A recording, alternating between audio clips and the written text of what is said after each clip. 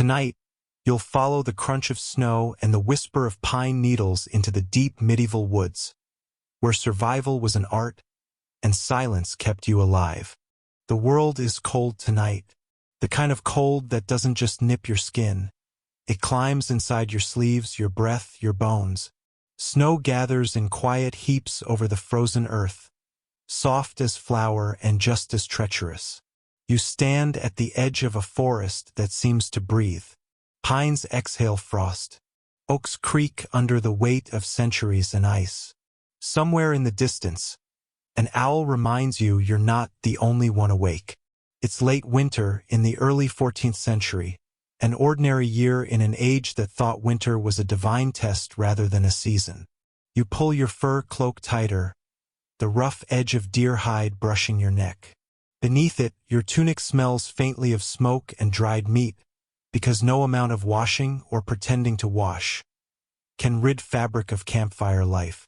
Your boots crunch through snow, the sound oddly loud against the hush of the woods. You feel the brittle twigs underfoot. The moon above is thin as a coin, and its light paints the forest silver, though silver means nothing to someone who mostly trades in furs, antlers, and sometimes a good story told at the tavern fire. You are a medieval hunter. You live at the edge of things, between the village and the wilderness, between hunger and survival, between life and frostbite. The villagers might call you reckless. The nobles call you useful. But the forest calls you by name. You adjust the bow across your shoulder. It's old, but it works. The string, wrapped in sinew, hums softly when you test it. Beside you, your quiver rattles faintly. 5 arrows left, all feathered from a goose that refused to stay still last autumn. You still feel slightly guilty about that goose. Slightly. As you step deeper into the trees, the air changes. It's heavier here, muffled. Your breath fogs out before you in small ghosts. You glance behind you. Your footprints trail off into the white darkness, soon to be swallowed whole. No path, no guide, just instinct and a handful of prayers that sound more like muttering than faith. Don't worry, you whisper to yourself, because it's good to talk when no one answers. You probably won't make it through this day. A small joke, half grim, half true. The forest has a sense of humor that's mostly fatal. Still, you go on. Farther ahead, the sound of trickling water breaks the silence. You follow it, stepping over roots and under low branches. The stream runs narrow and half-frozen, the kind of water that could cut your fingers if you lingered too long. You kneel to fill a leather pouch. The icy burn in your hands feels like proof of existence. You notice the tracks nearby deer. 3, maybe 4 of them. 1 larger, 2 smaller, the spacing deliberate. They've been moving east, toward the ridge. That's good. The ridge catches sunlight longer, and deer, like you, chase warmth in hopeless ways. You take a deep breath. The air tastes like pine resin and snow. Somewhere, a fox yips once, and then the forest folds back into silence. You think about the village you left behind this morning. Small wooden huts with smoke curling into the air, roofs patched with straw and old hope. You think of the baker who still owes you bread for the rabbit you brought him, and the blacksmith's wife who insists your cloak smells like adventure. It smells like damp leather, but you don't argue with compliments. You also think about the local lord, who has forbidden hunting in his forests. Which is funny, because it's hard to enforce laws when you can't see through the trees. Besides, a man's got to eat, and a noble's rules are mostly decorative, like the embroidery on his sleeves. By midday, the light shifts again, turning everything into dull gray. Snowflakes drift like lazy thoughts. You find the marks of another hunter. A broken twig, a boot print too deep to be your own. You pause.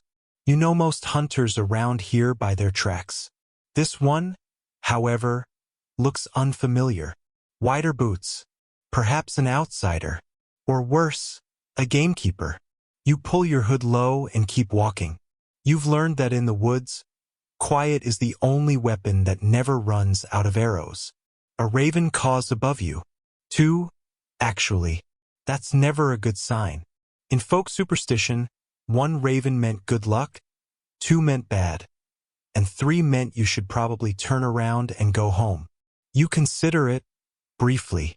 Then again, folktales also say bread cures frostbite if you pray over it twice, and that hasn't worked once. Major historical fact. In medieval Europe, hunting was both a livelihood and a privilege. By the 14th century, royal hunting laws had made it illegal for commoners to hunt certain animals, like deer, boar, or swans, within noble forests.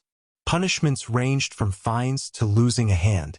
Despite this, illegal hunting, or poaching, remained common, especially in hard winters when starvation felt more dangerous than the sheriff's wrath.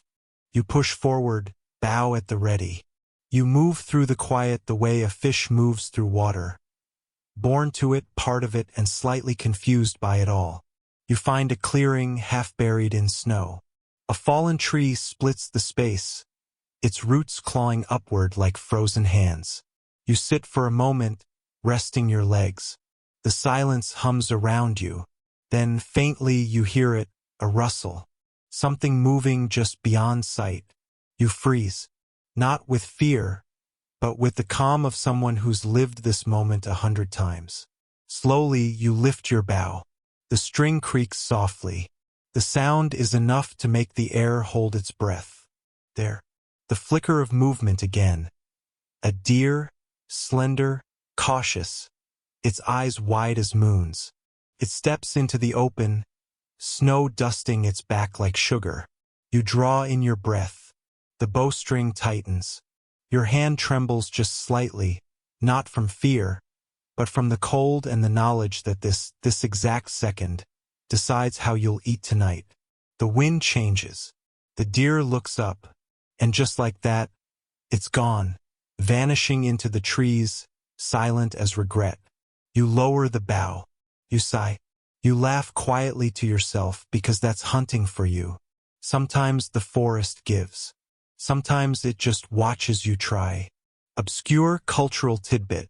In some parts of medieval Europe, hunters carried charms carved from the bones of past kills. Tiny figurines meant to honor the spirit of the forest and ensure future luck. Some even whispered apologies to fallen animals, believing that to kill without respect would anger the woods themselves. You touch the small carved talisman at your neck, a fox made of antler. Its edges are worn smooth from years of being held when the nights grow long and the fire burns low. Historians still debate whether these charms were superstition or early signs of animist belief woven into Christianity. Either way, it works for you, or at least it hasn't not worked. By evening, the forest grows darker, shadows stretching long and blue. You make a small fire in a hollow between the roots of an oak. The wood crackles, spitting little sparks into the night. You sit cross-legged, chewing on the last bit of smoked meat, which tastes like every smoked thing, half salt, half regret. Your breath curls in the air. Above you, stars flicker through the black canopy. You think about warmth and about how kings sleep in feathered beds while you sleep under trees. But there's something peaceful in it, too. No rules, no sermons, just the rhythm of your heartbeat and the whisper of snow. Before you drift too far, you murmur softly, almost like you're speaking to whoever's listening through the firelight. Remember to like and subscribe, because the forest remembers kindness. You smile faintly at your own absurdity. And tell me your location and local time, so I know where my fellow wanderers rest tonight. The wind sighs in response. Now let's ease into tonight's journey. You whisper, closing your eyes as the firelight paints your eyelids red-orange. The cold isn't done with us yet. Morning arrives slowly. You wake to pale light filtering through frost-laced branches. The fire is little more than ash now. You rub your hands together, shake off the stiffness, and stretch. Your breath fogs the air, and your stomach reminds you, politely but persistently, that it's time to try again. You sling your bow over your shoulder, stamp snow off your boots, and begin walking. The forest is a cathedral of quiet, the kind that makes you want to whisper even to yourself. Somewhere far off, a woodpecker starts its morning routine, drumming like a distant heartbeat. You walk until your legs ache, then a bit farther because that's what survival feels like, continuing slightly past the point of comfort. By midday, you find tracks again, fresh ones. Not deer this time, but boar. You can tell by the split hooves and the depth of the imprint. Wild boars are dangerous, but also valuable. Meat, hide, bones, nothing goes to waste. The thought quickens your pulse. You follow carefully. The tracks wind through a slope, across a stream into thicker underbrush. You pause, listening. There's a strange rhythm in the distance, breathing, snorting. The boar. Close. Too close, perhaps. You knock an arrow. Step by step, you move forward until you see it. A massive shape half hidden behind a fallen log. Its tusks catch the light like ivory blades. Its breath steams in the air. You freeze. The boar turns. For a heartbeat, you and the creature stare at each other. Two survivors of the same winter, both too stubborn to yield. You lift your bow. The boar charges. Major historical fact. Medieval boar hunts were among the most dangerous of all. Nobles often used spears and entire hunting parties to take one down. A boar's tusks could slice open a man's leg or belly, even through armor. Common hunters, lacking protection, rarely pursued them alone. Yet for those who did, it meant food for weeks and the kind of story that kept a tavern quiet. You leap aside. Snow flies. The boar crashes through the brush, furious, powerful. You dive behind a tree, heart thudding. You release the arrow one, then another. The first misses. The second hits, grazing its shoulder. It roars, wheeling around. A storm of muscle and rage. You don't breathe. You wait. The creature stumbles, then charges again. This time you draw your last arrow. Release. The shot sinks deep. The forest stills.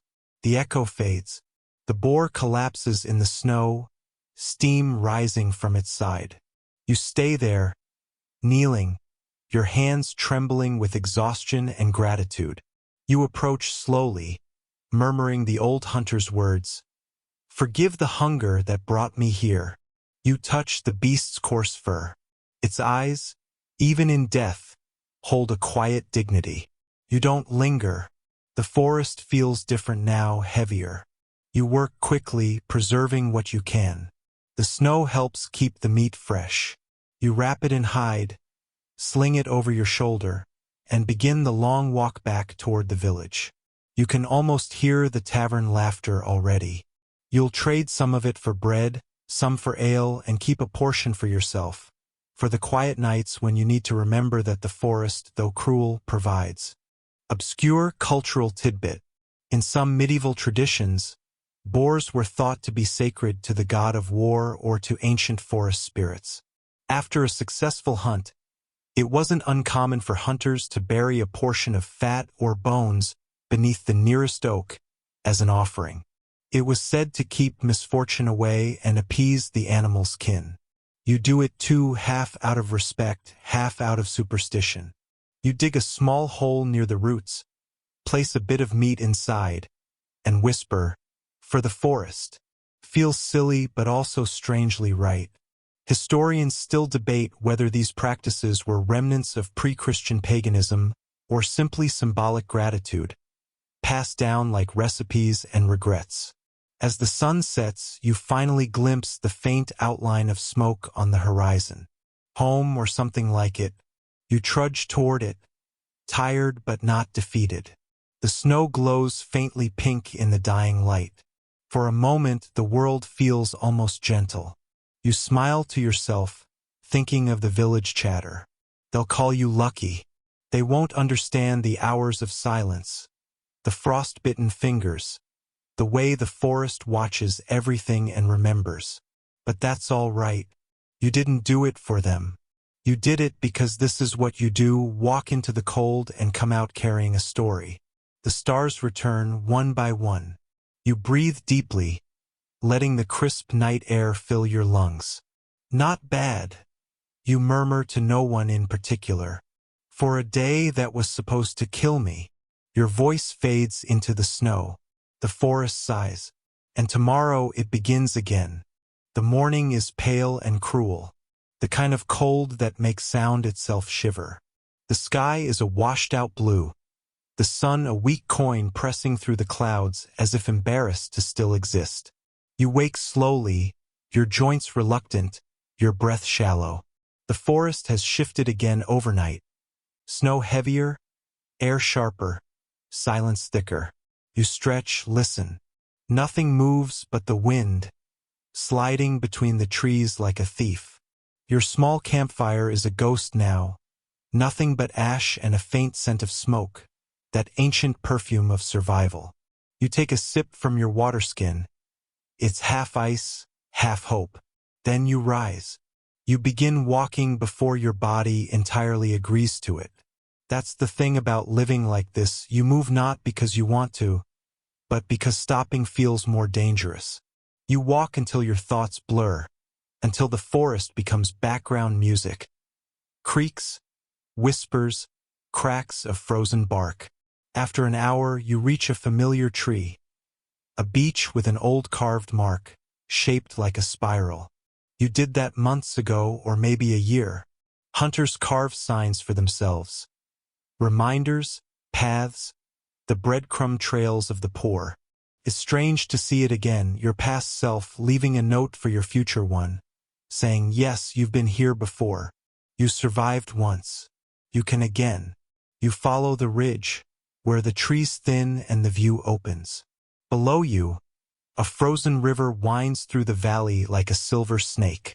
Tiny dots, cottages, smoke, hint at distant life. Somewhere down there is your village, tiny and stubborn, clinging to the idea of warmth. You stop for a while and just watch your breath curl out into the endless white. The wind presses against your hood. You close your eyes. For a brief second, you almost feel peace. The kind that only appears when you forget how tired you are. Then the forest reminds you it's alive. Crack distant, deep, not a branch, something heavier. You turn, slowly, every sense sharpening. The sound comes again, closer this time. A rhythmic crunching, like footsteps in snow, deliberate and slow. You grip your bough. The air feels electric. You listen. The steps stop. Silence.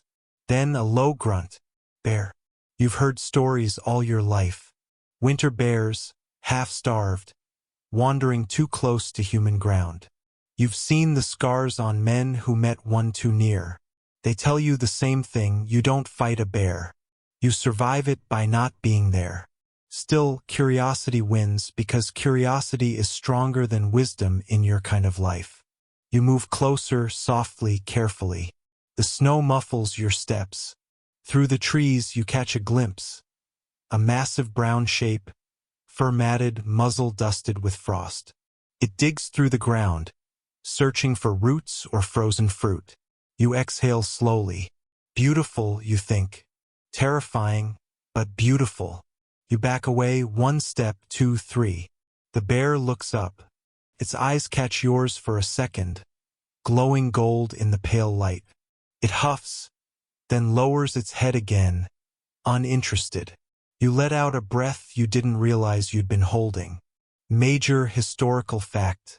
In medieval Europe, especially Scandinavia and eastern regions, bears were both feared and revered. They were seen as symbols of kingship and courage. Many noble coats of arms bore their image. Some Scandinavian warriors even took the title berserker, bear shirt. Men who believed they could channel the bear's ferocity in battle.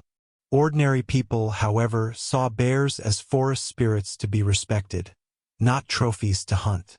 You retreat slowly, leaving the bear to its frozen feast. Your legs are trembling now, though not entirely from fear. The encounter feels like an omen. You're not sure if it's good or bad, but it's something. The forest rarely gives you moments without meaning. You walk until the tension drains away. Then you laugh. A quiet, breathless laugh that steams in the cold air. Well, you whisper. At least the forest didn't eat me today. The trees naturally don't reply. By evening, you find a hollow near a fallen tree. You build another small fire, its light trembling against the snow. You roast what remains of yesterday's meat. The smell drifts upward, rich and smoky. You imagine, for a moment, that the stars above can smell it too. You think of home, or the version of it that waits behind wooden walls and the sound of clinking mugs. You remember your mother's voice, the one that used to say, "Never turn your back on the woods." You smile faintly. Too late for that. Obscure cultural tidbit. Some medieval hunters swore by a strange superstition that if you carved the name of the forest's watcher, a spirit or saint believed to guard the wilds, on a tree before a hunt, your prey would come willingly. Others claimed you must never whistle in the forest, lest you call something that wasn't human. You've never whistled. Not once. Historians still debate whether these tales were born from fear or simply loneliness given shape. But either way, silence feels safer. You lie down near the fire, cloak pulled tight. The flames blur and waver. The stars overhead shimmer through skeletal branches. The wind hums softly, like the forest is singing you to sleep or warning you not to. As your eyes close, you think, tomorrow I'll go farther north. Because north always feels like there's something waiting. The fire pops once. The night folds itself around you. Sleep finds you at last. The dream feels real at first. You're walking again, except the forest is green, alive. Birds sing, streams rush, the air is warm. The spring impossible, but there it is. You see figures among the trees, hunters like you, though dressed finer. Their cloaks bear noble sigils. One turns and smiles at you, teeth bright, eyes unreadable. He raises a hand in greeting or warning, and then vanishes. You wake with a start. The forest is gray again. The dream melts into cold. The fire's dead. The light is thin. You rub your eyes and mutter, "All right, I get it. Back to work." You shoulder your pack and start north, just as promised. The snow deepens, past your boots, sucking at each step. You push through, each movement slow and heavy, your breath ragged. The land changes here. Fewer trees, more open space, hills rising like frozen waves. You spot distant ruins, just shapes at first, then clearer. Stone walls half collapsed, covered in frost and moss. A monastery, or what's left of one. The gate lies crooked, with splintered, iron hinges eaten by rust. You step inside carefully. The silence here feels different, not wild, but abandoned. As if once, long ago, it belonged to voices that prayed and sang, and now those prayers drift like dust. You find a small courtyard. Snow gathers in perfect drifts between broken columns. A fountain stands at the center, dry, cracked, still beautiful. Around it, bits of color cling. Faint murals, saints with faded halos. You brush snow from a stone bench and sit. For the first time in days, you take your boots off and flex your feet. They're red and raw, but still yours. You lean back against the cold stone and sigh. Imagine, you murmur, choosing to live here on purpose. Monks, after all, were another kind of survivor, but of the soul rather than the stomach. Major historical fact. During harsh medieval winters, many monasteries became sanctuaries for travelers, hunters, and the poor. Monks offered food, fire, and sometimes medicine. In return, they asked for prayer, confession, or simply silence. Many monasteries, particularly in Northern Europe, stored preserved meats, dried fruits, and salted fish to sustain both themselves and unexpected guests through months of snow. You explore the ruins slowly, as if not to wake anything. You find a wooden door still hanging by one hinge, leading into a dark hall. Inside, it smells faintly of old wax and stone. You find a scrap of parchment, stiff and brittle, with faint writing on it.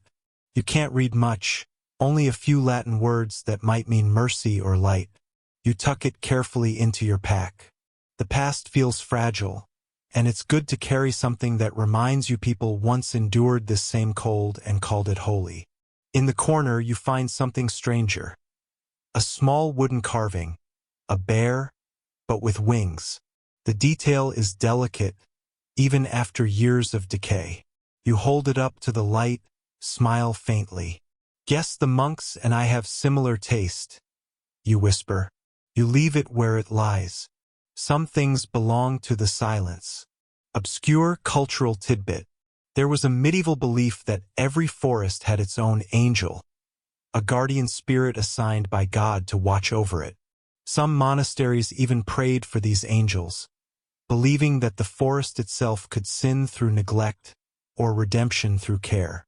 Historians still debate whether this belief was sanctioned by the church or quietly tolerated as a leftover from pagan roots. Either way, it explains why monks occasionally planted small crosses at the edge of the woods, as if setting boundaries not for people, but for trees. You look around the ruins, half expecting to see one. You don't. But the air feels watched all the same. As the day ends, you set up camp inside the broken monastery walls. The wind howls through empty arches, singing in a key only ghosts could love. You light a small fire, its warmth trapped briefly by the surrounding stone. You pull your cloak tighter and look up at the darkening sky. You murmur. For a ruin, it's not the worst roof I've had. You chew a bit of hard bread, wash it down with snowmelt, and let your mind drift. You imagine monks here centuries ago, kneeling in prayer, their breath visible, their faith strong enough to warm them. Maybe they, too, whispered jokes into the void just to hear a voice in return. The thought makes you smile, a tired, human kind of smile. The fire flickers low. You curl up, the stone beneath you unforgiving but stable. The sound of the wind blends with your heartbeat, with the soft rustle of snow slipping from the roof. Sleep comes slowly, like a cautious friend. As you drift, you think of that carved bear with wings, and wonder if, somewhere in the dark, it's watching still. The last thing you hear before the dream takes you is the forest breathing. You wake before dawn. The monastery walls glow faintly blue with early light seeping through cracks. The fire is dead, your breath clouding in the chill.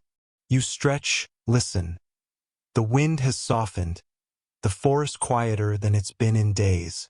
Maybe the storm finally passed, or maybe it's just waiting for you to step outside. You pack what little you have.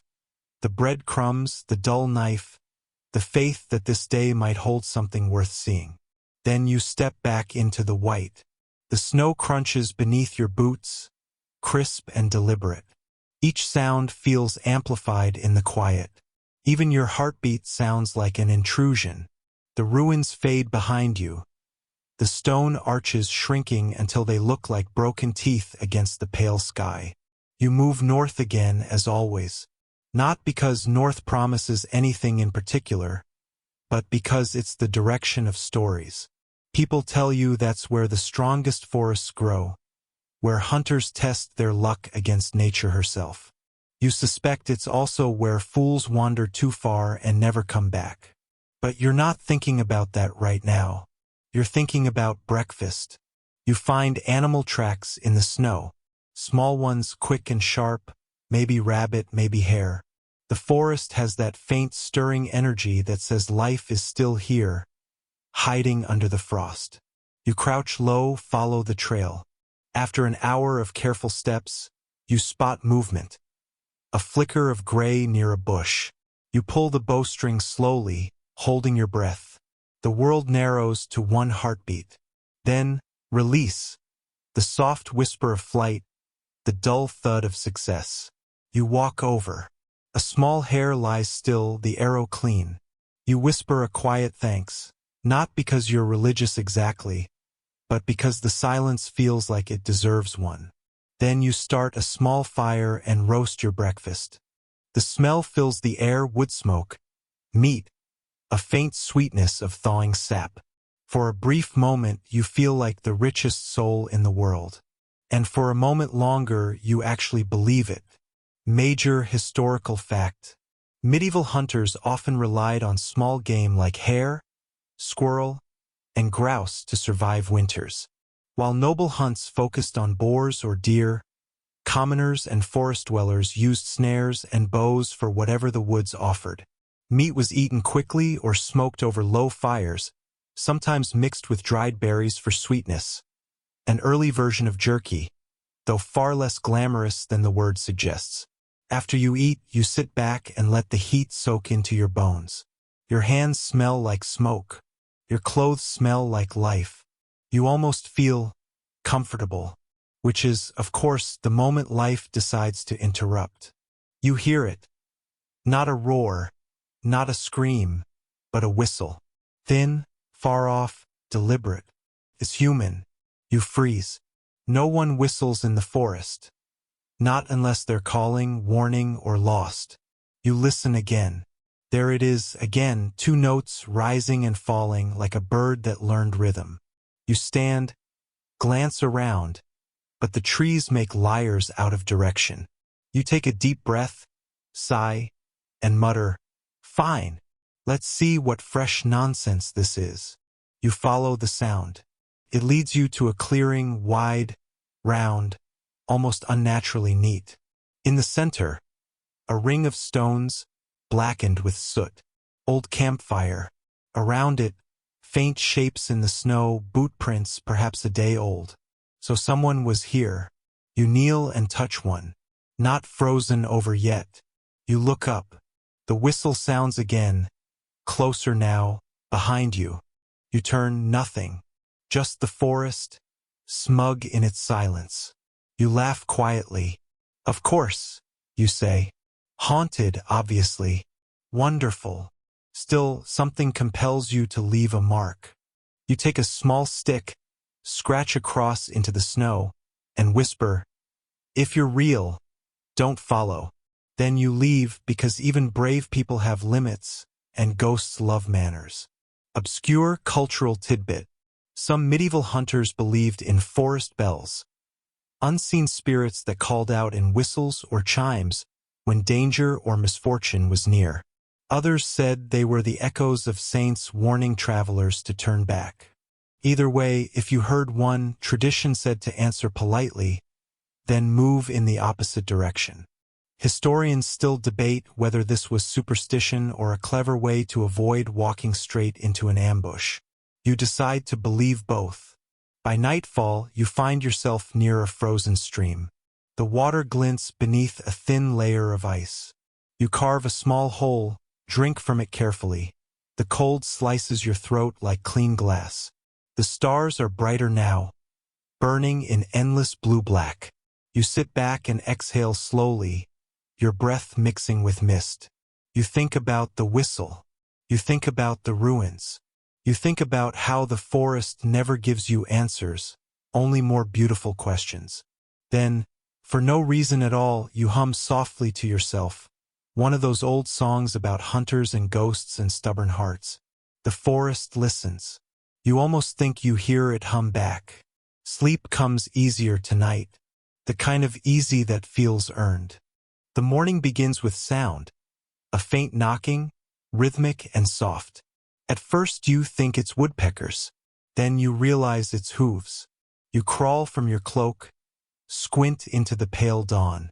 Through the trees, you see movement, 3 horses, cloaked figures atop them, cloaks trimmed in fur and frost. You freeze. Not outlaws, you think, their posture is too calm. Nobles, maybe, or the kind who used to be. You step out, hands visible. The tallest rider stops, lowers his hood. His face is lined, beard gray, eyes sharp with that combination of wisdom and fatigue that only too many winters can give. He looks at you a long moment, then nods. "Hunter," he says, voice low, formal. "You're far from the villages." You nod back. "And you're far from your hearth." Faint smile. "Fair." They dismount. The horses breathe clouds into the air, steaming like small chimneys. You notice their saddles, worn but well kept, carved with faded crests. Knights, perhaps, or what remains of them. The leader gestures to your small fire. "Mind if we share the warmth? Plenty of cold for everyone," you say deadpan. He laughs. A rare, genuine sound in this forest. They sit. You pass them dried meat. They share wine from a skin that tastes faintly of berries and iron. For a while, no one talks. You simply listen to the fire, the wind, the quiet creak of saddles. Then the older man says, almost gently, "You hunt alone?" You nod. "Easier to argue with myself than with company." He smiles again. "We used to say that too." Major historical fact. After wars or political collapse, many disbanded knights became free riders. Men who once served kings but now wandered, hunting for food or work. In winter, some formed small groups to guard roads, escort merchants, or simply survive. Chronicles from the 14th century mention these men trading stories with peasants in forest camps, their old armor dull, their pride stubbornly alive. You listen to them talk. Their stories tumble out slowly, of lost lords, burned keeps, the slow shrinking of purpose. One admits he hasn't seen a city in 5 years. Another carries a charm from a lover he barely remembers. You feel something strange then, sympathy maybe. You thought solitude made you special, but here it feels like everyone's just a different shape of lonely. They ask about your hunt. You tell them half the truth, the bear, the monastery, the whistle. They listen carefully, as if weighing which parts might be omens. One of them, younger, murmurs, "We heard the same whistle 3 nights ago. Thought it was wind. Or worse." You all glance toward the trees. The silence thickens. Then the leader says, "It's only the forest remembering us. It does that sometimes." You don't ask what he means. You're too tired to argue with poetry. Obscure cultural tidbit. Knights often carried small charms or relics sewn into their clothing, bits of bone, rings, or embroidered prayers. One popular superstition claimed that if a hunter or warrior died in the forest, his spirit would follow the next traveler until properly buried near running water. Some men left coins or food by rivers for those still walking. Historians still debate whether this was a religious custom or an apology to the land they scarred. You think maybe it's both. By the time night falls, the riders prepare to leave. The leader stands, bows slightly. "If you keep heading north, watch for the black pines. The snow's deeper there. And don't whistle." You smirk. "Already learned that one." He nods, mounts his horse. "Good." The forest listens. Then they vanish into the dark, leaving nothing but hoofprints and the faint scent of smoke. You stare after them for a long time. Then you whisper, "Forest, if you're listening, take care of them." You don't know why you say it. Maybe because you hope someone would do the same for you. The fire crackles softly, the sky heavy with slow-moving stars. You lean back, close your eyes, and let exhaustion pull you under again. Gently this time, like falling into warm snow. You wake to stillness. No birds, no wind, not even the soft groan of trees shifting under snow. The forest feels paused, like someone pressed a giant, invisible hand against the world and told it to wait. You pull your cloak tighter and look around. The fire's gone out. The ashes are pale and crusted with frost. Your footprints from the night before have blurred, erased by the faint dusting of new snow. It's as if the forest quietly cleaned up after you while you slept. You stand, stretch, and listen again. The hush is so complete it starts to feel like sound itself has weight. Then a soft creak. Wood bending somewhere far away. Another, closer this time. It's not menacing, just alive. The forest reminding you. It's still here, even if it doesn't speak your language. You pack up and start north again. The trees change gradually. Their trunks grow taller, straighter, darker. Bark rough as old scars. Branches thick enough to blot out the sun. The snow thins slightly beneath them, as though even winter respects their roots.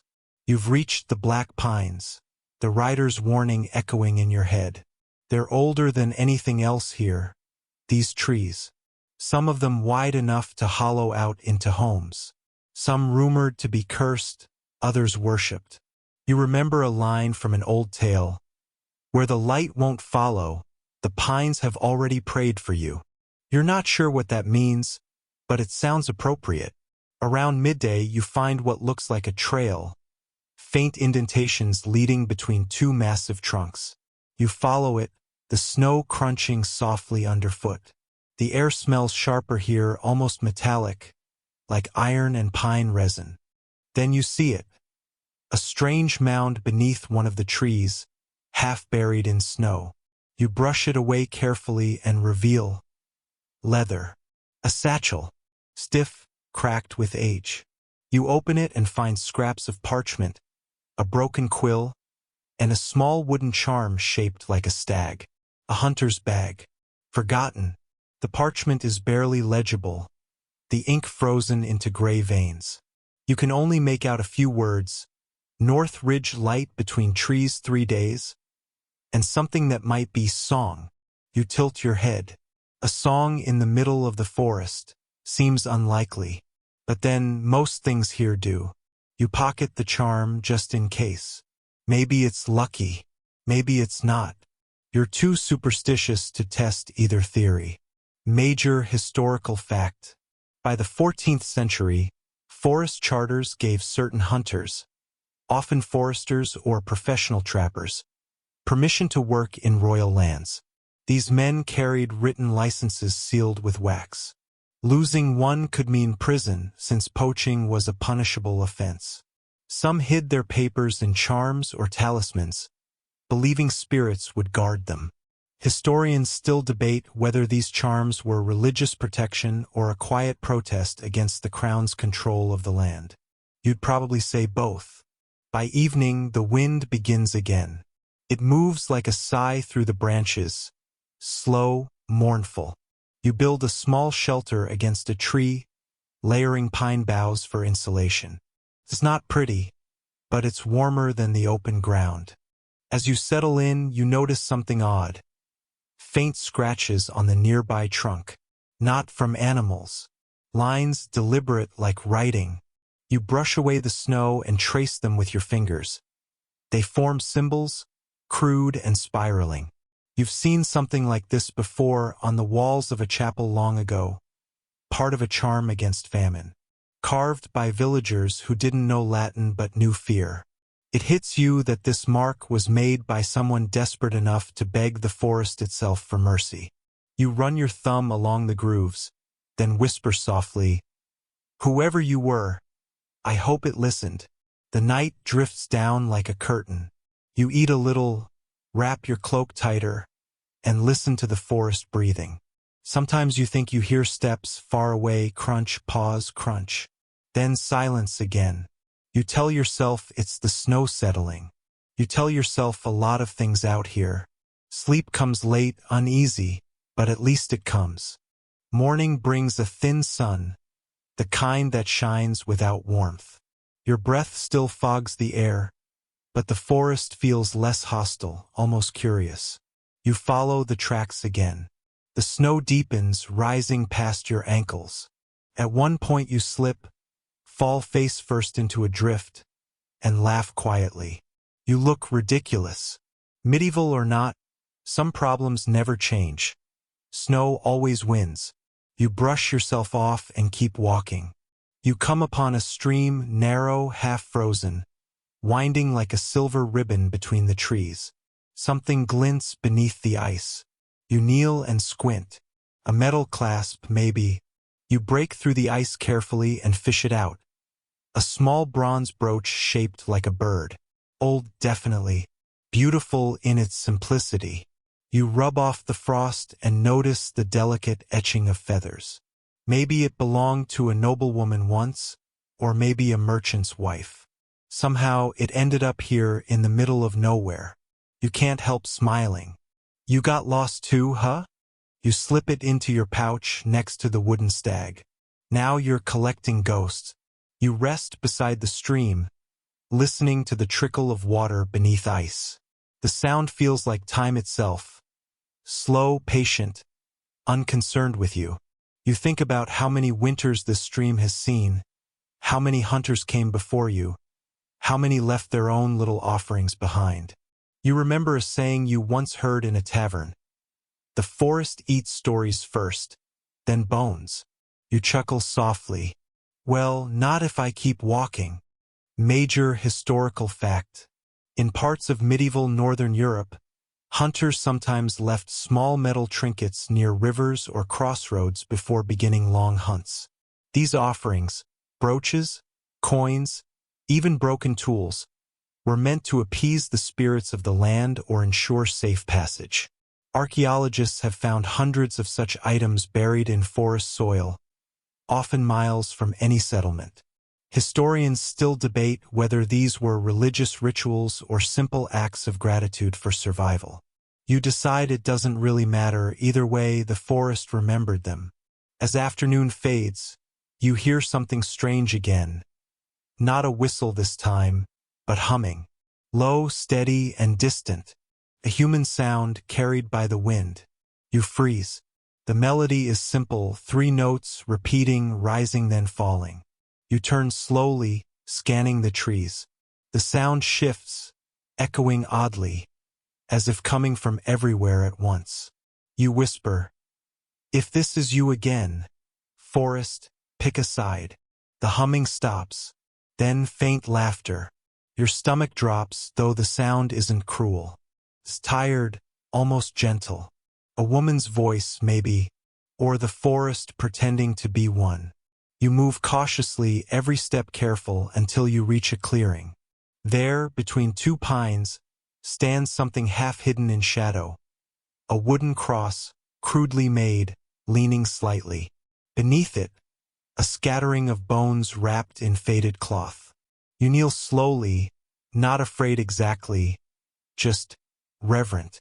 Someone left flowers here once, now just twigs and frost. You brush the snow away and notice the carving on the cross. M. of the Ash Grove. You don't know who she was, but she mattered to someone. You whisper softly, "Rest easy, M."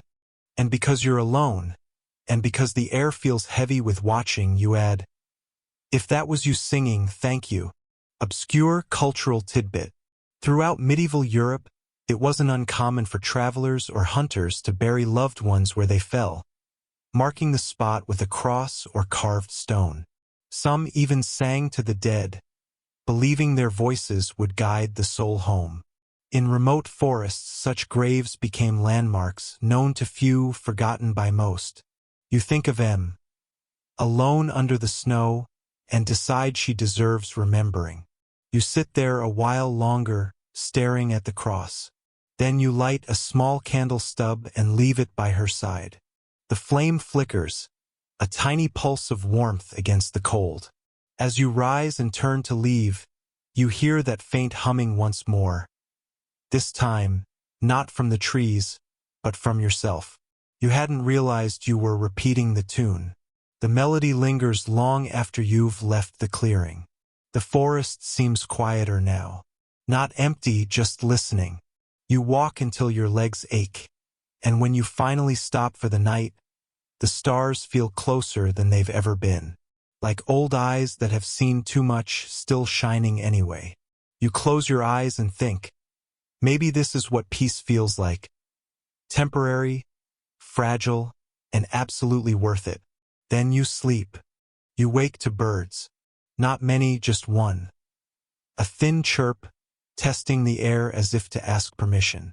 You smile groggily, half wondering if the bird is just a dream with feathers.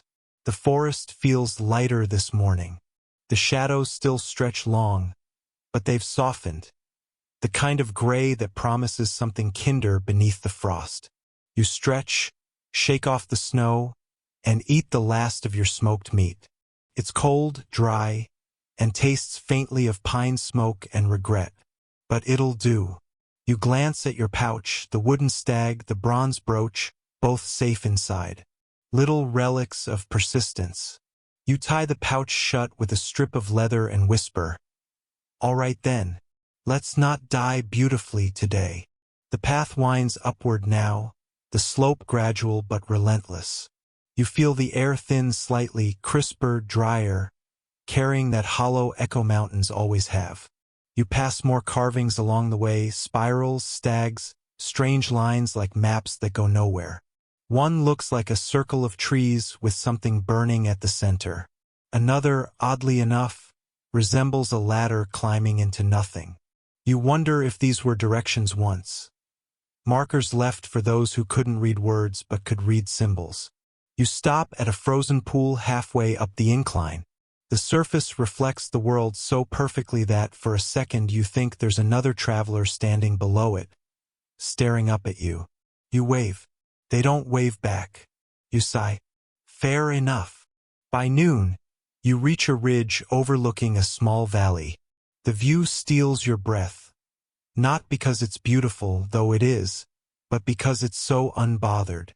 The valley lies quiet and unclaimed, dotted with frost-heavy pines and thin veins of smoke curling from something. Maybe chimneys, maybe mist. You spot movement, figures. 2, maybe 3. Hunters like you, though distant. You lift a hand to wave, but they don't look your way. They vanish into the trees like the forest simply took them back. You mutter, "All right then, just me again." Major historical fact. By the late medieval period, professional hunters and trappers formed tight-knit seasonal camps deep in forests. These were temporary villages of log huts, drying racks, and smoke pits. They hunted for fur, meat, and trade goods, often spending entire winters isolated from civilization. Written accounts from Scandinavian and Eastern European regions describe forest brotherhoods who shared food, tales, and sometimes silence. No one wrote much about what they did to keep from going mad in that silence. You descend carefully into the valley. The air feels thicker here, like the forest has been waiting. The ground crunches underfoot, brittle with frost. And then, finally, you see it, the faint outline of huts. You approach slowly. Smoke rises from one chimney, a thin, wavering thread. Someone's home. The first hut you reach is empty. The door hangs open, snow dusting the floor. Inside, a cot, a pile of fur scraps, and an iron pot frozen to the hearth. Someone left in a hurry, or simply never came back. You find a scrap of parchment pinned to the wall. The ink is faded, but one line is legible. Keep the fire burning, even if it lies. You read it twice. Even if it lies. You're not sure whether that's philosophy or madness. Out here, they might be the same thing. The next hut smells faintly of smoke and herbs. Inside, bundles of dried plants hang from the rafters. Sage, juniper, maybe yarrow. Protective, cleansing herbs. You spot a carved wooden mask on the table, rough, human-shaped, eyes hollow. It's been painted red and black in crude patterns. You pick it up. The wood is smooth from handling. Someone wore this. You hold it to your face and see through the eye holes. The world looks smaller, flatter, distant. You put it down quickly. The mask stares back from the table, as though wondering which of you feels stranger. Obscure cultural tidbit. During the coldest winters, some medieval hunter groups practiced mask vigils. These were simple rituals. One man would don a carved face symbolizing the forest spirit and sit silently before the fire through the longest night, believed to keep misfortune at bay. Some wore the mask only once. Others never took it off again, earning nicknames like the Wooden-Eyed or the Watcher. You decide to leave the mask alone. You've already got enough ghosts to carry. Outside, the light is fading again. You gather dry twigs, light a small fire, and sit by it. The flames crackle, reflecting in the snow like a small rebellion against endless white. You take out the parchment you found earlier and whisper, "All right, I'll keep it burning, even if it lies." The flames dance, answering in their own language. You don't sleep much that night. Something about the huts makes the silence feel heavier. Not dangerous, just old. Like you're borrowing time that isn't yours. You rise before dawn, stamp the snow from your boots, and pack what little remains of your food. You glance back at the huts once more, their roofs heavy with snow. The chimney smoke is gone. Then you start east, toward where the sun should be, though you can't see it yet. After a few hours, the forest begins to shift again. The pines grow thinner, the underbrush thicker. A few bare oaks twist upward like arthritic fingers. You catch sight of something new, stones, upright, arranged in circles. Small ones first, then larger, half-buried. You approach the nearest and brush the snow away. The surface is carved, spirals again, interlocking circles, and what looks like antlers branching out from a crown. You exhale slowly. So this is it, the gathering place. You're standing in what was once a hunter's shrine. Major historical fact. Archaeological evidence across Europe, from Sweden to Slovakia, suggests that medieval hunters reused ancient pagan stone circles and shrines as places of meeting and offering. These pre-Christian sites often carried local names like the Watch, the Circle of Bones, or the Silent Hunt. Even after conversion to Christianity, rural hunters continued to leave offerings of fur, antlers, or bread at these sites for luck. Historians still debate whether this was faith or habit or both. You walk slowly around the circle. The stones seem to hum faintly, though it's probably just the wind sliding between them. You notice bones, small ones, laid in neat patterns at the base of one stone. Rabbit, maybe. Offerings, not sacrifices. At the center lies a small pit, charred from old fires. You crouch beside it and spot something glinting in the ash. You dig gently and pull out a fragment of metal.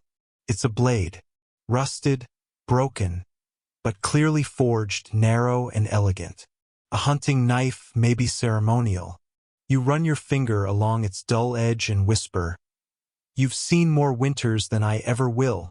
You place it back in the pit. Then a sound. Not from the trees. From beneath the snow. A low, steady thump. Then another. You freeze. The ground trembles lightly, as if someone were walking slowly under your feet. Then it stops. You exhale, half laughing. Probably the ice shifting. You glance down. Probably. You move away, trying not to look like someone who's just convinced themselves of something questionable. Obscure cultural tidbit. In Finnish folklore, there's a belief that forests have sleeping roads, old paths that lie beneath the soil. When travelers walk over them, they awaken the echoes of everyone who ever passed that way. The sound isn't dangerous, just remembering. Hunters were said to hum softly when they felt the earth move beneath them, as if greeting old footsteps. You hum too because why not? The day drifts on. You sit by the circle's edge, the snow glittering faintly around you. You eat the last crust of bread and realize how long it's been since you saw another living soul. The forest doesn't feel empty, though. It feels full of breath and memory, and all the quiet persistence that came before you. You whisper, "You must have loved them, all those hunters. You kept them alive." The wind stirs the branches in response. You make camp just outside the circle. The night comes softly, shadows sliding over the snow like silk. You light another small fire, careful to use only fallen branches. The smoke drifts upward, caught in the branches above like a prayer that forgot its way home. You rest your back against a tree and close your eyes. The forest hums faintly, deep and slow. You think, if this is loneliness, it's not so bad. Then, softly, as sleep pulls you under, you hear a faint voice. Maybe a memory, maybe the wind. Keep the fire burning, even if it lies. You smile. I am. Then darkness folds you gently into silence. The night of the sleeping spirits. You wake to the sound of something dripping. At first, you think it's rain. But no, it's snowmelt, dripping slowly from the branches above. The forest breathes differently today. The air feels close, heavy, as if time itself is slowing down to listen. The fire from last night has burned low. You stir the embers, add twigs, coax it gently until the orange glow returns. Sighs, alive again. Your breath clouds in the air, thin ribbons twisting in the light. You're not sure if it's morning or evening. The forest light is strange, silvery, like you're caught in between hours. Then you remember, this is the long night. The hunters' journals called it that, the midwinter mark when the forest spirits fell asleep. And men were warned to stay quiet, to not hunt, not cut wood, not even whistle. Because if you woke the wrong thing, winter might last forever. You smile faintly. Let's not wake anyone then. You wander a little. The snow underfoot is softer today, dampened by the faint warmth of the air. You spot something strange near the old shrine. A circle of footprints. Bare footprints. Small. Childlike. They go nowhere, just spin around a single point in the snow, then vanish. You crouch, trace one print with your finger. It's faintly warm. You stand up slowly. All right? You whisper. Not my business. Historical note. In parts of medieval Scandinavia and the Baltics, midwinter was marked by spirit nights, when people believed the boundary between the living and the hidden world blurred. Hunters were told to stay inside their shelters and keep their fires small, never dark, but never large enough to attract attention. They said the spirits of animals, the game souls, wandered then, judging which humans had taken too much. Sometimes, a hunter who disrespected the forest found his traps empty for a year, or worse, found something else inside them. You return to your fire. The world feels quieter now, as if the forest has closed its eyes. You decide to stay still. You sit with your hands over the flames, feeling the faint tremor in your fingers. And then, faintly, from somewhere in the distance, you hear it, singing. A long, low hum, not quite a tune, not quite a voice. It rises and falls like the wind moving through a hollow log. You listen. It doesn't frighten you. Sounds tired, old, like a mother humming to something in her arms. You hum back, quietly, just a single note. The sound fades. You exhale. Good night, whoever you are. Obscure cultural tidbit. In the 14th century Codex of the Northern Woods, a small passage mentions the forest that hums to its children. Many folklorists think this referred to wind passing through frozen trees, but some local oral traditions claim it was an actual ritual. The forest answered hunters who survived honestly, echoing their hum as a blessing. Maybe you've just been blessed, or maybe you're finally losing your grip. Either way, it feels peaceful. You drift into sleep sitting up, back against a tree, the fire painting soft gold over your face. The night doesn't end. It just folds deeper, until even your dreams feel slow. You see faces in the dark. Not frightening, just curious. Antlers, masks, pale eyes that blink once. Slowly. One steps forward and hands you something. A spark. You cup it in your hands.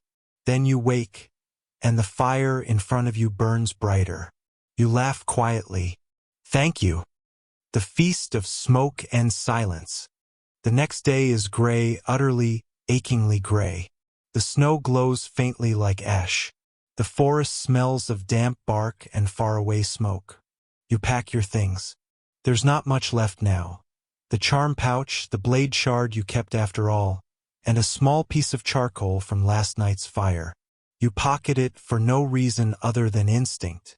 The forest feels different. Not threatening, but aware.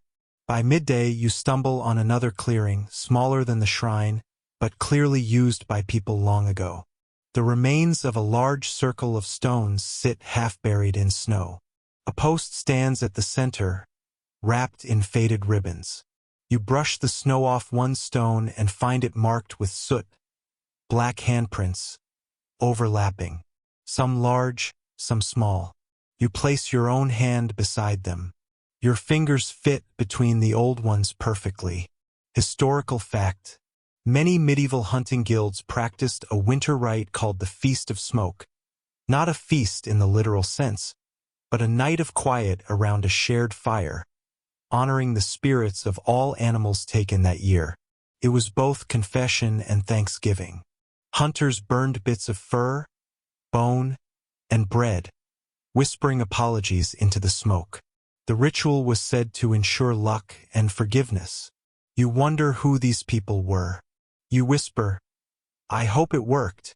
You gather a few sticks, light a tiny fire in the stone circle. The smoke rises slowly, curling toward the gray sky. You take out your last piece of meat, tear it in half, and drop one piece into the flames. "Thank you," you say softly. It's the first time you've said it out loud. The forest doesn't answer, but the wind stills. You sit there a long time, eyes half closed, until the smoke begins to fade. The snow softens around you, melting slightly from the fire's warmth. You think about all those nameless hunters before you, the ones who never came home, the ones who left carvings in stone or masks on tables. You realize none of them were truly forgotten. The forest remembers everything that breathes in it. You feel it then, that strange shift again. The silence grows deep, thick, almost sacred, the kind that makes you lower your head without knowing why. You close your eyes and whisper, "Keep the fire burning, even if it lies." The words feel older than you, older than language. When you open your eyes, the fire is out, but the smoke still curls faintly upward, glowing silver in the last light. You smile because you know now this was never a story about survival. It was about keeping something alive. You rise, brush the ash from your gloves, and walk toward the trees. The snow begins again, gentle, endless, forgiving. You don't look back, and as you disappear into the white, the last wisp of smoke follows you, folding itself into the air like a quiet blessing. The long walk home. You wake before dawn again, though the word dawn feels too hopeful for this kind of light. The snow no longer crunches beneath your boots. It sighs. The edges are soft now, melting slightly. The world smells faintly of wet bark, moss, and something like iron, the scent of thaw. You've been out here long enough that your sense of direction is more instinct than geography. You just walk toward where the light seems less gray. That's your definition of east now. The forest doesn't feel hostile anymore. It feels like something finishing a long conversation. A crow follows you for hours, hopping from branch to branch, croaking like it's making commentary on your gait. You talk back. "You think you could do better?" It fluffs its feathers, unimpressed. Somewhere beneath the snow, water trickles. You can hear the thaw working, one drop at a time. In the distance, a frozen stream cracks open, groaning like a door on old hinges. You pause, listening to that sound.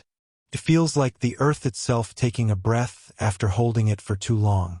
You find a trail, faint, barely there, but human. Bits of chopped wood, a bone shard, even a forgotten arrowhead. Someone passed this way long ago. Maybe weeks, maybe centuries. It doesn't matter. The forest keeps its artifacts the same way the sea keeps its wrecks. Quietly and without judgment. Historical fact. During late winter in medieval Europe, hunters returning from deep forest expeditions often followed ghost paths. Routes marked by their own carved signs, bones, or bark cuts from earlier years. Some guilds even left coded symbols on trees to guide future hunts, a primitive form of GPS in birch and oak. You spot a carving now, a simple triangle cut into pine bark. You run your glove over it. Guild mark, you whisper. Then, quieter, I made this one, didn't I? By noon, the snow thins to patches. You start seeing brown earth again. Shocking after weeks of white. The forest feels almost naked now, like a face without its mask. You touch one of the trees and realize how smooth and wet the bark is, the sap running like veins. The forest isn't dead at all. It's just been waiting. Guess we both made it, you murmur. A squirrel darts out from nowhere, scolding you. You laugh, actually laugh. A sound that startles you. It's been too long. Obscure cultural tidbit. In parts of medieval Bavaria and Moravia, returning hunters carried a small, spring token, a sprig of evergreen tied with red thread. It symbolized the forest's favor, and it was often burned on Palm Sunday as a sign of thanks. Some even believed the smoke protected their homes from wolves and misfortune. You don't have a red thread, but you do pluck a green twig from the thawing ground. You tie it to your belt with a strip of cloth from your torn sleeve. Feels right. The sun finally breaks through. A pale, watery disk. The light hurts your eyes after so many days of dimness. You lift a hand to shield your face. Feels warm, startlingly so. You think about home, the hearth, the heavy wooden chair, the sound of bread cracking open after too long without. It doesn't feel real. It feels like someone else's memory you've borrowed. Still, you walk toward it, and behind you the forest seems to exhale. Asterisk. What the hunters brought back. The first sign of civilization is sound, not sight. A distant clatter, faint voices, maybe even a bell. At first you think it's another forest trick. But no, the air smells different now. Smoke, people, salted hides drying in the cold. You step out of the trees and into a clearing where wooden huts huddle close, half buried in frost. A dog barks once, lazily. A child stares at you, eyes wide. Hello, you manage. Your voice cracks. You must look like a ghost. The villagers help you inside one of the huts, muttering something about the hunter who came back. They feed you broth that tastes of onions and wild herbs. You sip slowly. The warmth hurts in a good way. As you thaw, you notice the walls, covered in carvings of stags, owls, and strange looping patterns. Protective charms, maybe. An old woman brings you a wooden bowl filled with pine needles and murmurs. To cleanse what followed you. You drink it. It tastes like sap and smoke. Historical fact. Hunters returning from deep winter expeditions in medieval Europe underwent a kind of reintroduction ritual. They were often quarantined or purified before being allowed back into villages. Some records call it the thawing, where they'd sit by a low fire while elders chanted short prayers. The belief was simple. The forest marked those who lingered too long. You needed to wash the wild off before you joined the living again. You glance at your hands. They're still trembling. Maybe the forest didn't leave quietly after all. A week passes. You rest, mend your tools, help repair nets, chop firewood. But people avoid standing too close. They speak kindly but not familiarly. You overhear one man whisper, "He's got the stare, the winter eyes." You can't deny it. Some nights you wake before dawn and expect to see the snow glow through branches, not the flicker of firelight against walls. You miss the silence. You even miss the loneliness. One evening, the same old woman who gave you the pine brew sits beside you. She asks what you saw out there. You try to explain the humming, the footprints, the smoke circle, but your words sound foolish, like fairy tales told by someone who's half asleep. She just nods. "The forest shows what you owe," she says softly. "You must have owed peace." You smile faintly. "Or madness." She grins, toothless. "Same thing sometimes." Obscure cultural tidbit. In some medieval chronicles, hunters who survived multiple winters in the woods were seen as semi-mystical, half-human, half-wild. They were sometimes consulted as forest seers, believed to carry omens or wisdom from beyond. Church scribes called them silva homines, men of the wood. Historians still debate whether this term referred to literal hermits or to a broader cultural archetype, a figure straddling faith and wilderness. Either way, the line between hunter and mystic was often thin. You spend your last night in the village outside, by the dying coals. The stars are bright again, sharp as arrows. You hum softly, the same low note from the forest, the one that answered back. This time, nothing replies. But you don't feel disappointed. You just feel grateful. You realize that the forest was never testing your survival. It was teaching you silence. The kind that doesn't mean loneliness, but attention. The kind that hears the world breathing and doesn't interrupt. When dawn comes, you pack your things once more. The villagers wave as you leave, small figures fading into the mist. The road ahead is muddy, thawed, and long, but it smells of life, manure, wood smoke, bread. Civilization, for better or worse. You walk slowly, one step at a time, until the sound of the forest disappears behind you. And yet, somehow, you know it's still listening. The hunter's crown. You walk through the first stretch of open land in months. It's unsettling. There are no branches overhead, no snow-draped silence swallowing your steps. Just mud and wind, flapping through a landscape that feels too exposed. After a while, even the wind sounds like trees that forgot how to whisper. You pass a small shrine by the road. Just a pile of stones and a wooden cross with a deer's antler tied to it. Someone's offering lies at the base. A loaf of bread, a sprig of pine, and a rusted hunting knife. You bow your head instinctively. Old habits cling harder than frost. It's said that every hunter who made it through the deep winter earned an invisible crown. Not of gold or jewels, but of patience and pain. You never saw it, of course. No one did. But they say the forest could tell who wore it. By the next village, the air feels different. There's chatter, smoke, life. A boy runs by, chasing a goose. An old man stirs dye in a barrel, turning wool the color of blood. You stop to watch, feeling like you're studying your own species from a distance. "Been out long?" the dyer asks. "Too long," you say. He nods. "Then you've earned your crown." He says it so casually that you almost laugh. Historical fact.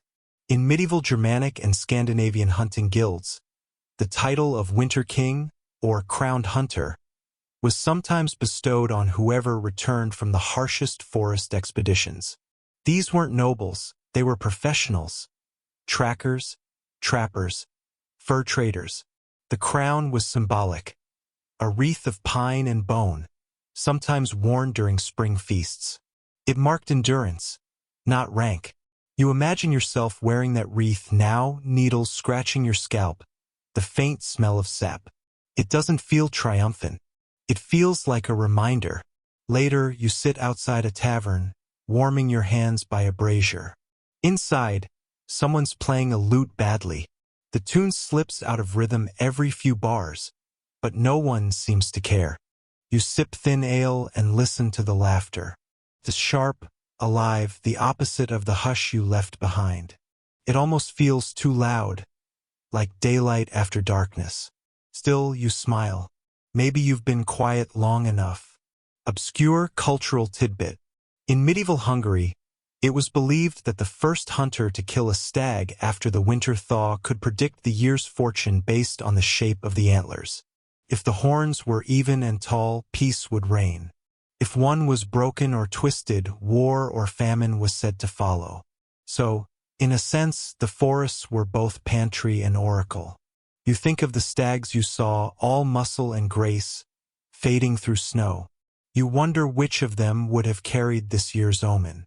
A merchant at the next table leans over, squinting at your weathered face. "You've seen things," he says. You shrug. "Everyone sees things." He grins. "Yes, but you listen to them." You don't know what he means, but his words sit in your chest long after he's gone. That night, you dream of the forest again.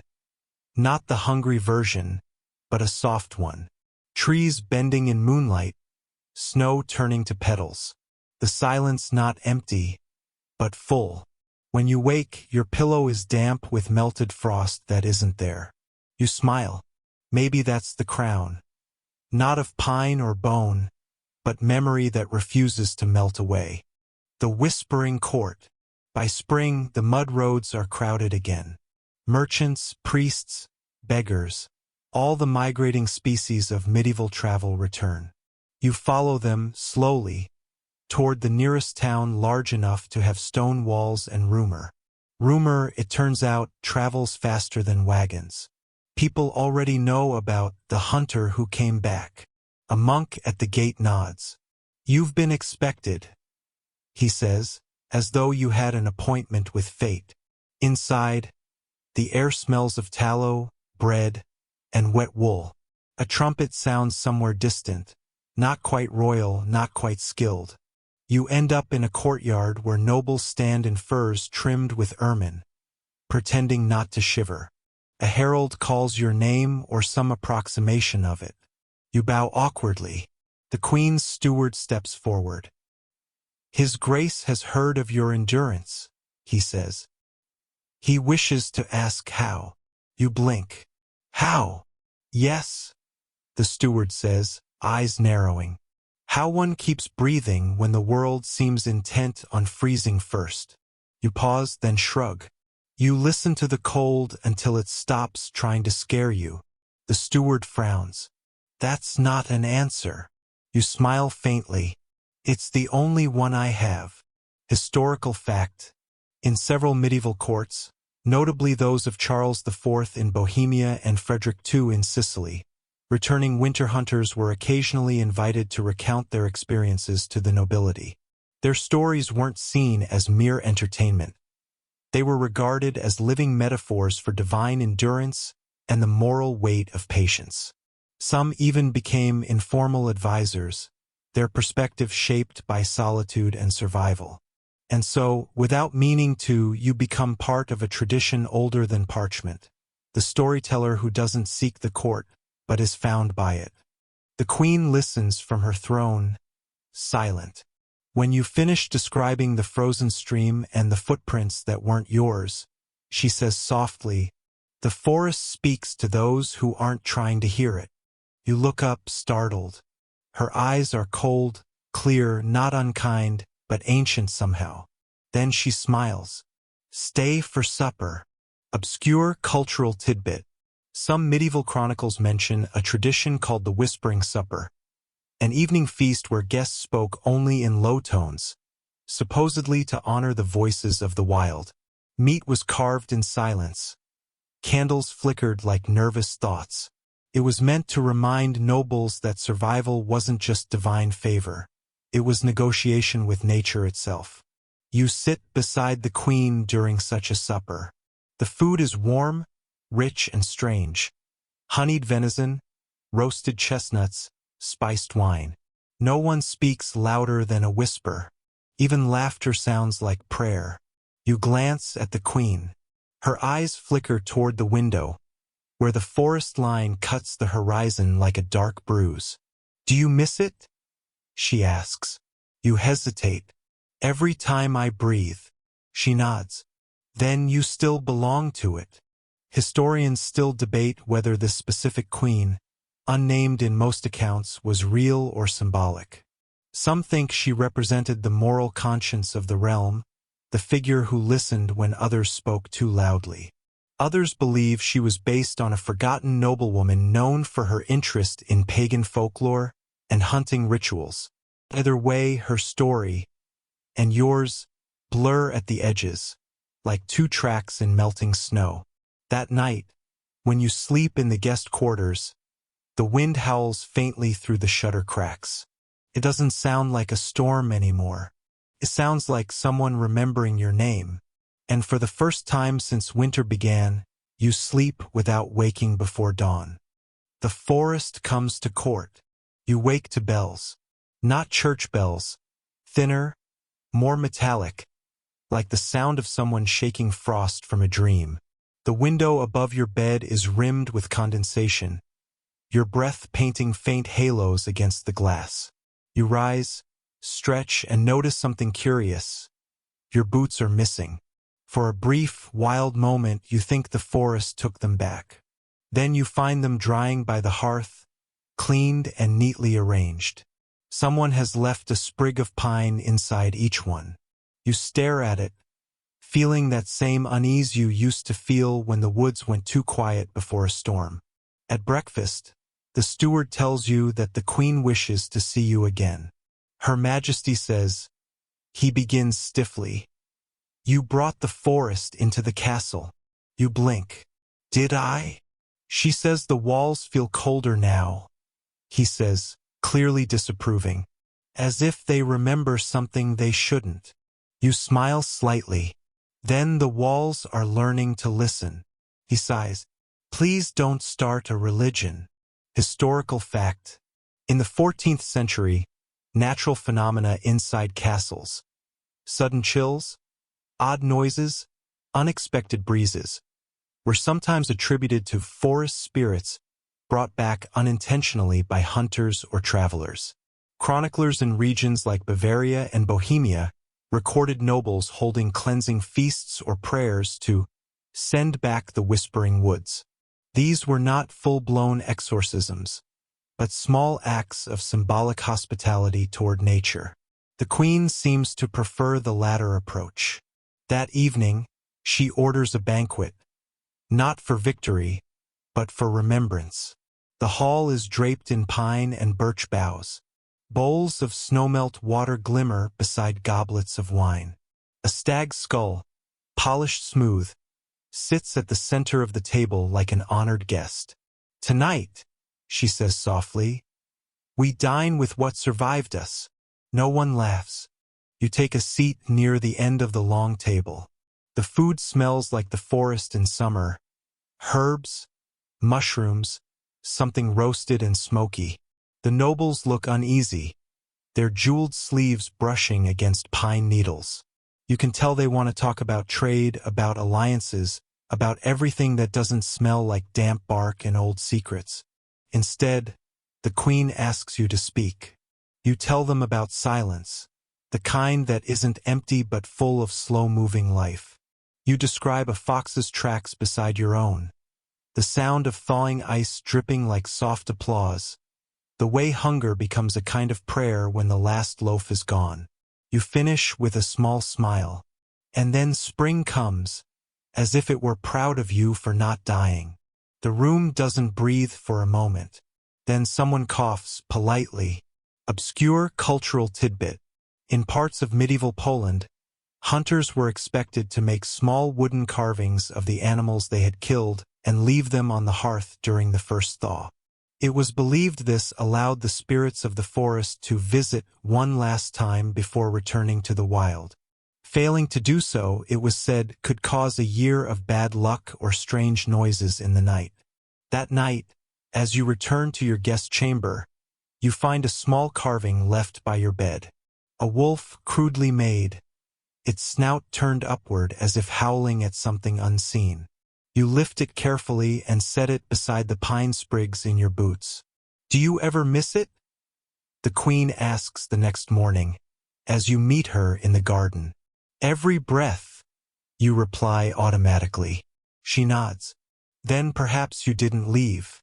Perhaps the forest came with you."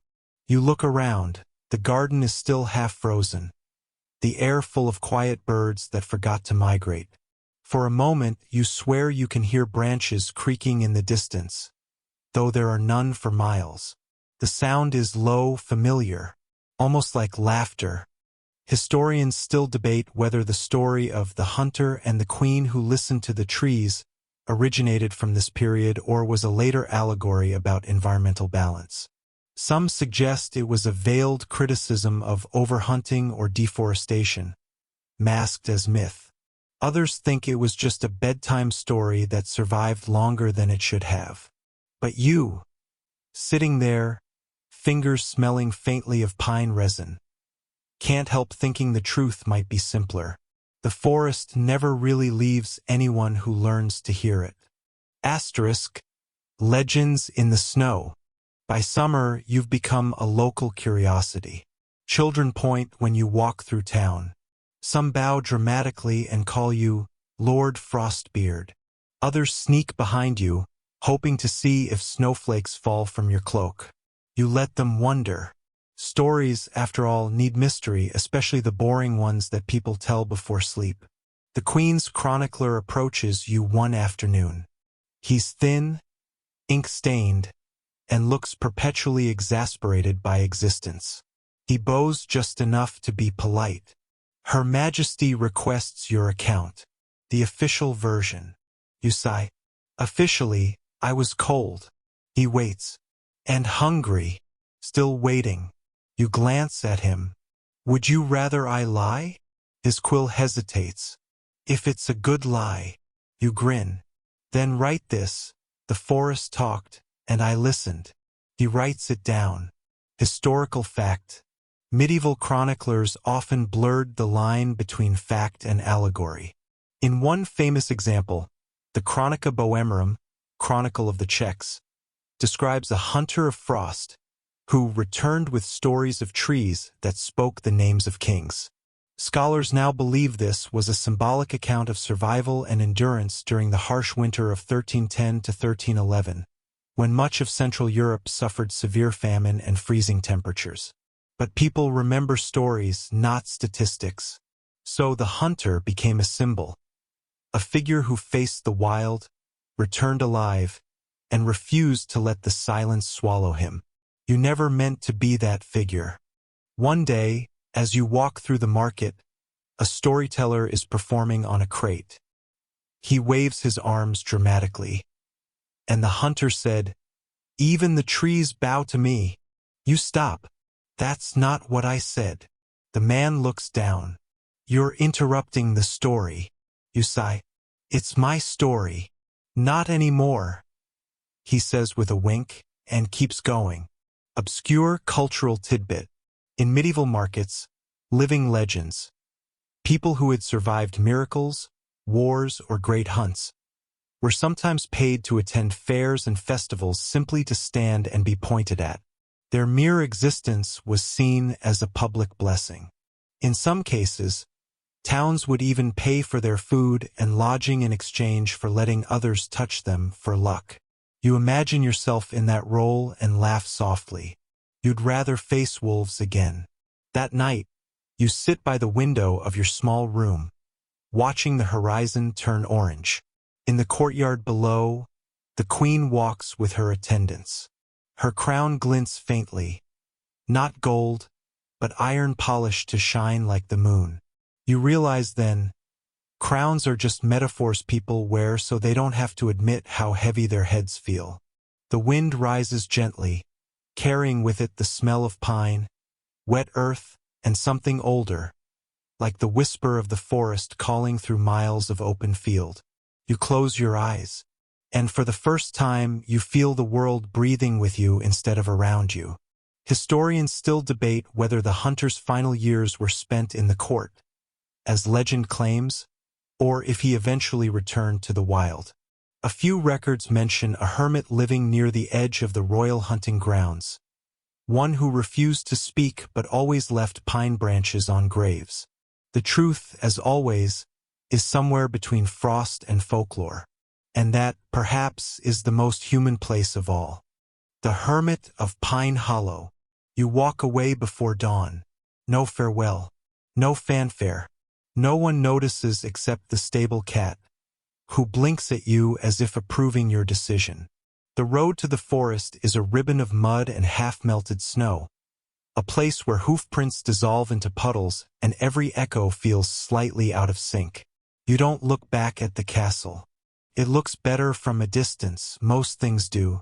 The trees accept you without question.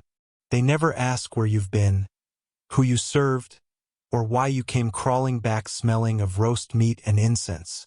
They just rustle quietly, as if to say, "Ah, you again." The old cabin still stands where you left it, slouching a little more but still stubbornly there, like a friend who's learned to sigh in your rhythm. You push open the door and exhale. Dust, pine, and peace. You're home. Historical fact. Hermit hunters, sometimes called Silvatici in medieval Latin, existed throughout Europe during the late Middle Ages. Many were former soldiers, poachers, or failed monks who chose isolation near royal forests. In England's royal records, a few were even granted forest rights in exchange for guarding hunting preserves or tracking wolves. These men were not quite saints, not quite outlaws. They lived in the in-between, tolerated so long as they caused no trouble. You imagine yourself among them. No taxes, no sermons, no gossip. Just the sound of frost cracking on bark. At night, you light the fire slowly, not because it's hard but because you enjoy the ritual. The soft rasp of flint, the whisper of kindling, the way the smoke finds its path out of the roof beams like an old friend retracing forgotten roads. Outside, an owl hoots once disapprovingly. You nod in apology. It's funny, you think, how even silence has etiquette. Weeks pass. The forest remembers you. You notice small things first. A squirrel running along the same branch it used to, the way a certain log creaks when snow starts to fall, the slight indentation where your trap once sat. And yet, it's changed too. The deer are warier. The streams run narrower. And somewhere deep within, you sense something watching you, not with menace, but with curiosity. Maybe the forest missed you. Maybe it just wants to know what stories you brought back. Obscure cultural tidbit. In 15th century Norway, there were tales of listening hermits who were said to interpret the sounds of trees in winter, the groans of frozen trunks, the drip of meltwater, as divine messages. Pilgrims would visit them for guidance, leaving bread or candles in exchange for whispers of the wood. Some even claimed these hermits could predict storms or royal deaths based on how long the forest stayed silent. You don't claim such powers. But one night, as you sit with your hands by the fire, you hear the unmistakable sound of something walking just outside the cabin. Not animal, not man, just presence. The door creaks. The fire flickers. Then, a pine cone drops through the smoke hole and lands in your stew. You stare at it, then laugh. Very funny. The forest, it seems, still has a sense of humor. Days slide into one another. You stop marking time. The concept of day feels unnecessary here. You eat when hungry, sleep when your eyelids grow heavy, and talk to no one except the occasional fox, who ignores you as foxes do. And yet, loneliness doesn't sting the way it used to. It's just part of the weather now, something you acknowledge but don't resist. Historians still debate whether the Hermit of Pine Hollow ever truly existed or was simply a folkloric continuation of the hunter tale. One late medieval chronicle refers to a man who spoke to frost, but offers no proof beyond a few footprints found years apart. Scholars suspect it's the same legend stretching itself across generations. a human-shaped echo that refuses to fade. But you, in this quiet moment, don't care about chronicles. You listen to the snow falling like tiny confessions, and realize that history only remembers those who talk loudly, never those who listen. When the winter came back again, winter returns earlier than expected. The frost arrives not with a storm, but with a sigh, a slow, creeping hush that rolls across the forest like someone closing a heavy book. The streams freeze mid-babble. The birds forget their songs. Even your breath feels reluctant to leave your chest. You know this silence. It's not hostile. It's ceremonial. The forest is holding its breath again. You build your fires higher this time. You learned, after all, that warmth isn't just survival, it's morale. And morale in winter is half the war. You wrap yourself in layers. Fur, wool, and habit. You check your traps, mend your roof, stir your stew. Everything becomes slower. You become slower. And oddly enough, that's when you start to notice life again. Faint tracks, rustling roots, a single stubborn green sprig pushing through snow. It's as if the forest has learned your rhythm and decided to keep you company. Historical fact: medieval hunters often depended on elaborate communal networks during deep winter. Even hermits were rarely entirely alone. Forest dwellers exchanged salt, fat, or furs for grain and candles with nearby villages. Surviving the cold wasn't an act of individual heroism but quiet cooperation. Chronicles from 13th century France describe silent markets held in the woods at dawn, where goods were left on stumps and payment placed in kind. No words spoken. You try it once. You leave dried meat near a frozen log. The next morning it's gone, replaced by a small bundle of oats and a piece of beeswax. You smile. Somewhere nearby, another soul is surviving too. You start to carve again, little wooden animals like before. Not trophies, but companions. A bear, a hare, a tiny bird with wings folded, as if asleep. They sit in a row by your window, collecting frost crystals like delicate armor. Sometimes you talk to them. Mostly you listen. Obscure cultural tidbit. Among some Finnish forest communities, there was a belief that carving wooden animals during winter fed the forest's hunger. Each carving represented an offering, a small act to ensure the balance between human need and nature's patience. Archaeologists have found similar figurines in bogs and under cabin floors, often facing east, toward the sunrise. You set yours east too. Feels right. One night, the cold becomes sharper, the kind that slices breath into ribbons. You huddle by the fire, listening to the roof creak under snow, and then you hear it again. Footsteps, this time closer.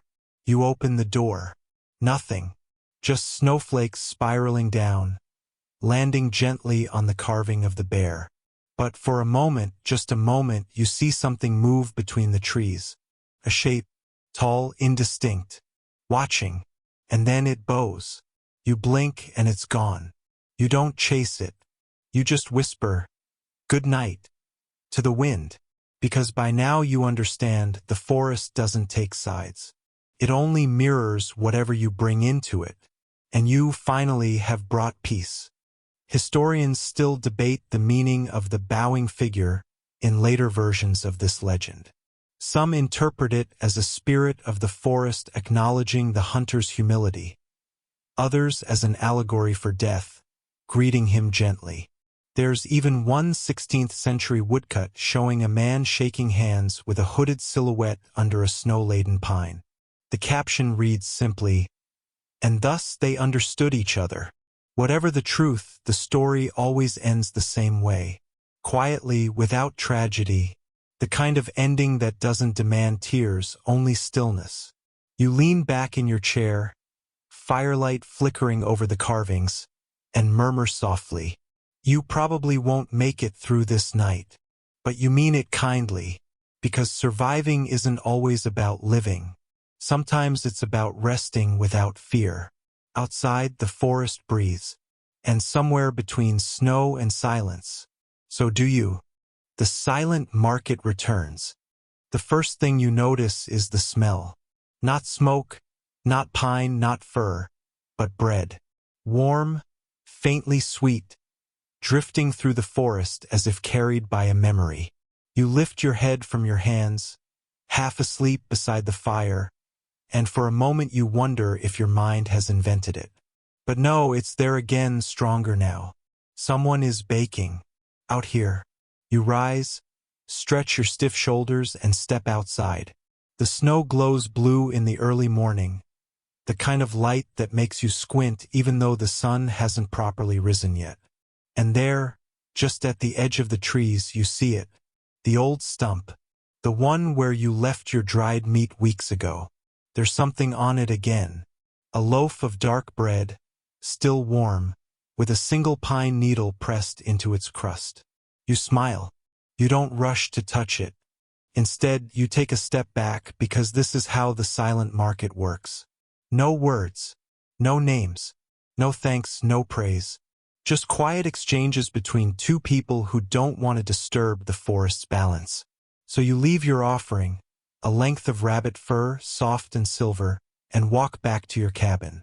Behind you, the snow swallows your footprints almost immediately. It feels like a conversation, one too old and too shy to be spoken aloud. Historical fact. Silent trade wasn't limited to medieval forests. It existed in many parts of the world, from African salt routes to Norse settlements in Greenland. But in medieval Europe, quiet markets appeared near forbidden royal forests, allowing outlaws, monks, and hunters to exchange goods without being seen.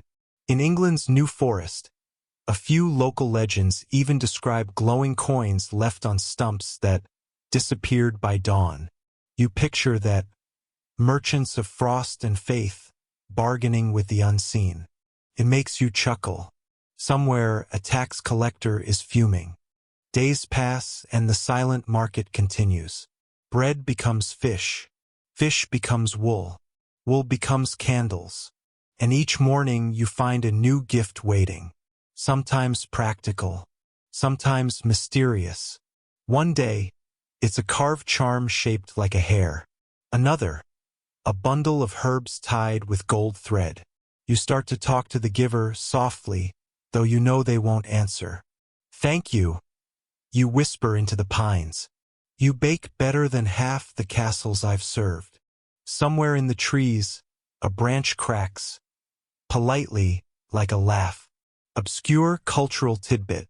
In 14th century German folklore, forest wives, Waldweiber, were said to trade with hunters by leaving bread or herbs in hollow logs. They were neither witches nor saints, but something in between, guardians of the forest who despised noise and gossip. To thank them, hunters left shiny objects or salt. If you forgot to give thanks, it was said your traps would remain empty for 7 nights. You leave a piece of salt the next morning, just in case. The rhythm of the forest feels gentler now. Snow drips. The fire hums. Even the wind seems less severe, as if the forest itself has decided you're finally tolerable company. You start repairing your old bough, restringing it carefully while the fire paints golden streaks across the wall. You remember the first time you strung it, nervous, proud, clumsy. You broke 2 arrows that day. You smile. You've learned a few things since then, like how to listen, how to stop chasing the noise, and most importantly, how to let the quiet feed you. That night you dream. You're standing in the same clearing, but there's someone else there. A woman with frost in her hair, her cloak woven with leaves and stars. She doesn't speak, but she places her hand on your shoulder. And when you wake, your cabin smells faintly of bread again. Historians still debate whether the forest wives were entirely mythic or loosely based on solitary women, herbalists or widows, who lived on the fringes of medieval villages. Church records from southern Germany mention excommunication threats against wood women, who offered aid to travelers and hunters. What's certain is that these figures existed in the minds of those who walked alone, when isolation turned the forest into both fear and comfort. You don't question it. Some mysteries are meant to stay unsolved, especially the kind that bring you bread. Echoes beneath the ice. It begins with a sound, a low, hollow thud, like a drum played from beneath the earth. You're out checking traps near the frozen stream when you hear it. The sound vibrates under your boots, faint but deliberate. You kneel, placing your palm on the ice. There it is again. Boom, boom. Slow, steady, almost rhythmic. You look around, no wind, no animal, no footsteps. Just stillness and that strange sound, pulsing faintly from below. You follow it upstream. The forest narrows here, the pines leaning inward as though curious too. The snow deepens. The air thickens with the cold. And then you see it. A small opening in the ice, a perfect circle no wider than your fist.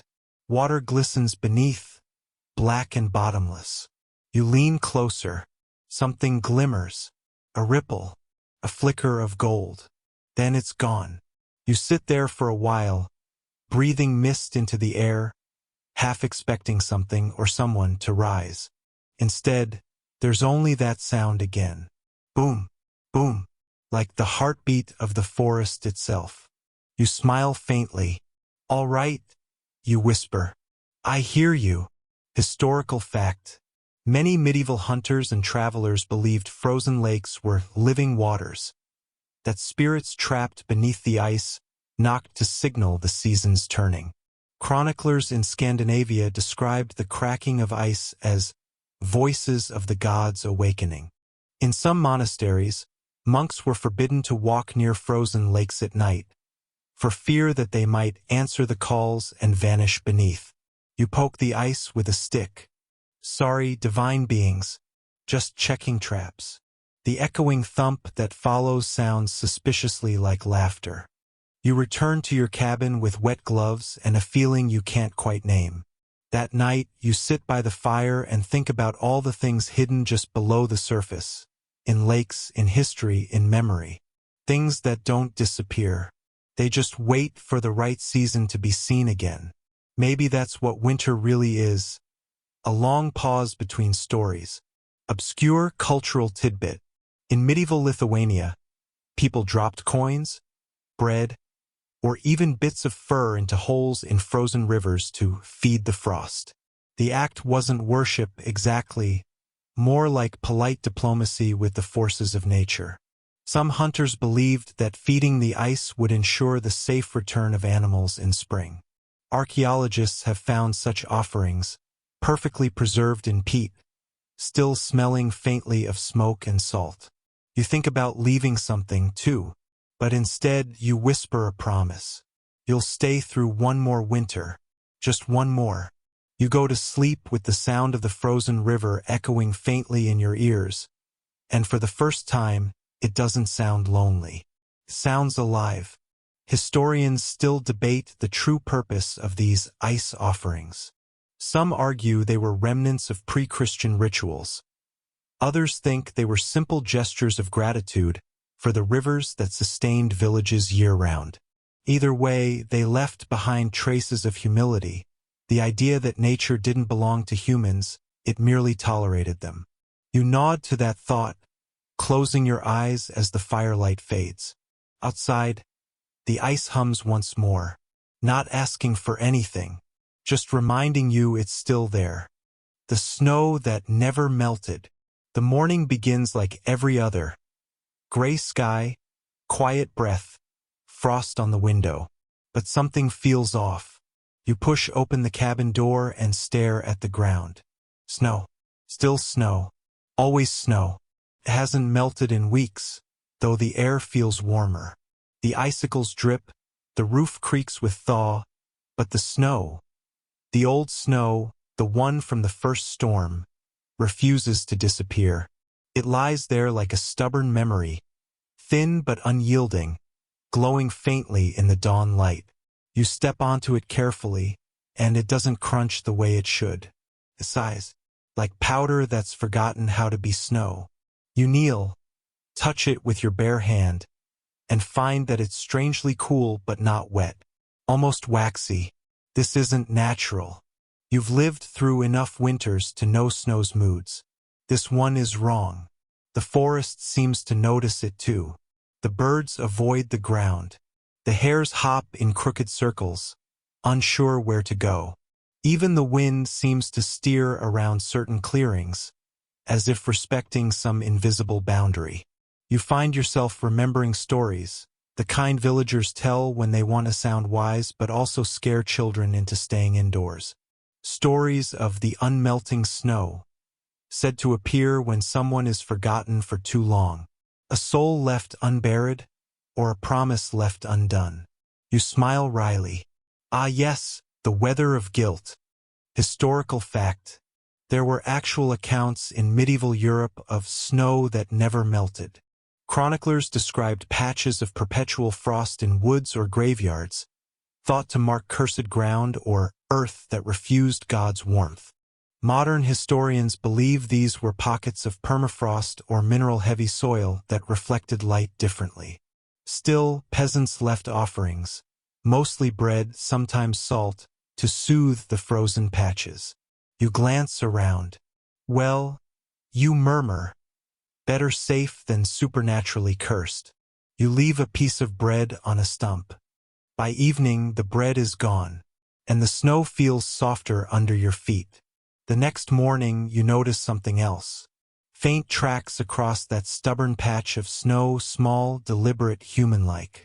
Not quite barefoot, not quite booted, just impressions of toes and heels, lighter than frost itself. They lead toward the northern ridge where no one lives. You follow. Slowly. The trail winds between black pines and over silent drifts. You expect them to fade, but they stay visible, like they're waiting to be seen.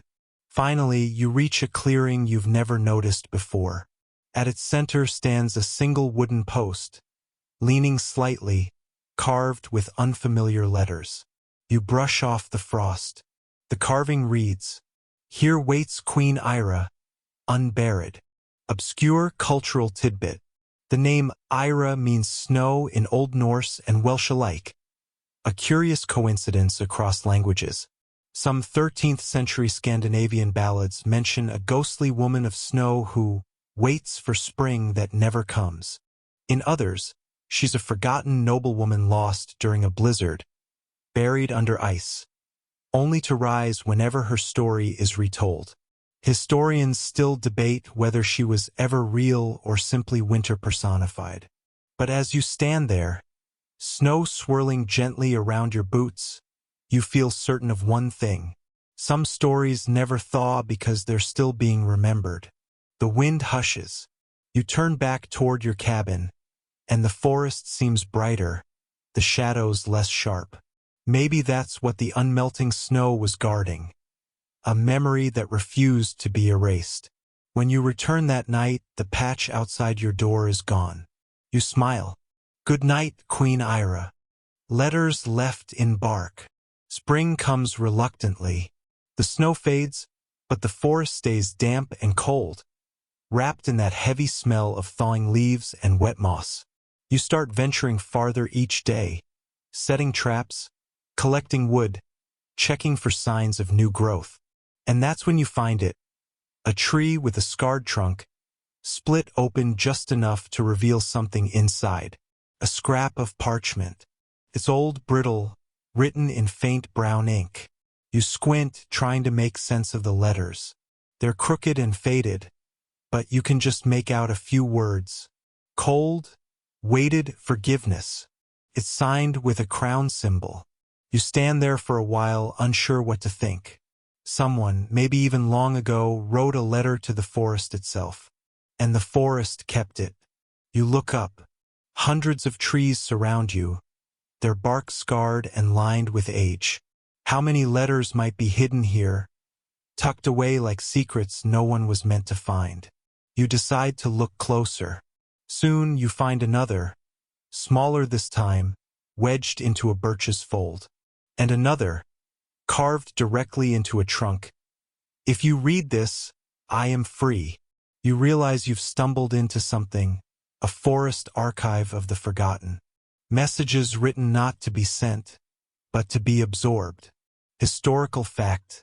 In medieval monasteries, it was common for monks to carve messages into trees near isolated retreats. These letters to God often confessed sins, regrets, or hopes for spring harvests. Some hunters and hermits adopted the habit, believing trees could carry prayers upward, literally through their branches. Archaeologists have found such carvings across Europe, some dating to the 1100s. So yes, even in the middle of nowhere, humanity still managed to invent tree mail. You pull one more letter free. The parchment is faintly perfumed, the ink steadier, the writing elegant. My queen still waits. It reads, "The forest keeps her crown." You turn slowly, scanning the clearing. And there, at the base of a fallen oak, something glints. You kneel, brushing aside leaves and soil, revealing a small circlet of tarnished silver. A crown. Simple, thin, shaped with oak leaves and berries. You hold it up to the light, and the sun catches its dull edges just enough to shimmer. You can almost imagine the forgotten Queen of Snow wearing it, waiting for someone, maybe anyone, to remember her. You take it back to your cabin and hang it above the hearth. Not as treasure, but as a promise. If history forgets, maybe stories can remind. Obscure cultural tidbit. In medieval Sweden, people sometimes nailed wreaths of herbs or metal onto trees to honor spirits or the dead, a practice blending pagan and Christian belief. These were called memory crowns. If found by travelers, they were to be left untouched. Taking one was said to invite bad weather or restless dreams. You touch the silver circlet gently. Sorry, forest. Borrowing it for decorative purposes only. The next day, the air smells faintly sweeter. Historians still debate the origins of forest letters. Some think they were personal devotions. Others believe they were early memorials, the kind no church bell ever marked. Whatever their purpose, they turned trees into storytellers. Quiet witnesses, keeping what humans could not say aloud. You glance at the crown again before sleep. It catches the firelight like a moon in miniature. Outside, a breeze stirs the branches, almost as if the trees are whispering back. The Feast of Thorns. You wake to the smell of smoke that isn't yours. Thin wisps curl through the trees, rising in a lazy column beyond the ridge. For the first time in months, you sense movement. Not the wind, not the crackle of snow under paws, but people. Your pulse quickens, though you try not to let it show.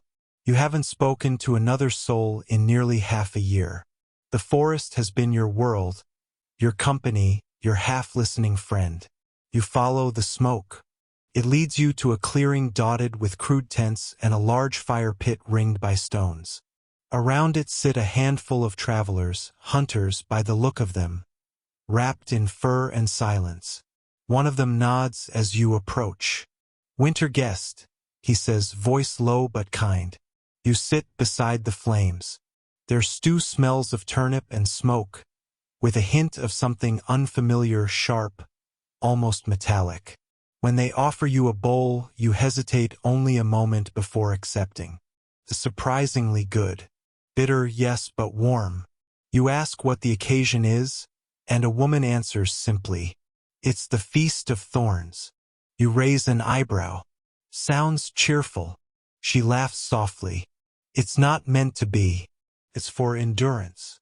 Historical fact. The Feast of Thorns was a real ritual among some medieval forest communities in Eastern Europe. A late winter meal where hunters and foragers gathered to eat bitter herbs, roots, and sometimes thorned branches of hawthorn or wild rose, boiled to soften them. The bitterness was symbolic, a reminder that survival was earned through discomfort, not comfort. You chew thoughtfully. So basically medieval kale. After the meal, one of the hunters places a small wreath of twigs into the fire. For what's past, he says quietly. Another adds her bowstring. For what's left. You notice how none of them look directly at the flames. They stare at the smoke instead, watching it drift upward, as though the sky were a ledger keeping track of human effort. You offer a single oak leaf from your coat pocket, the one that had somehow clung there since autumn.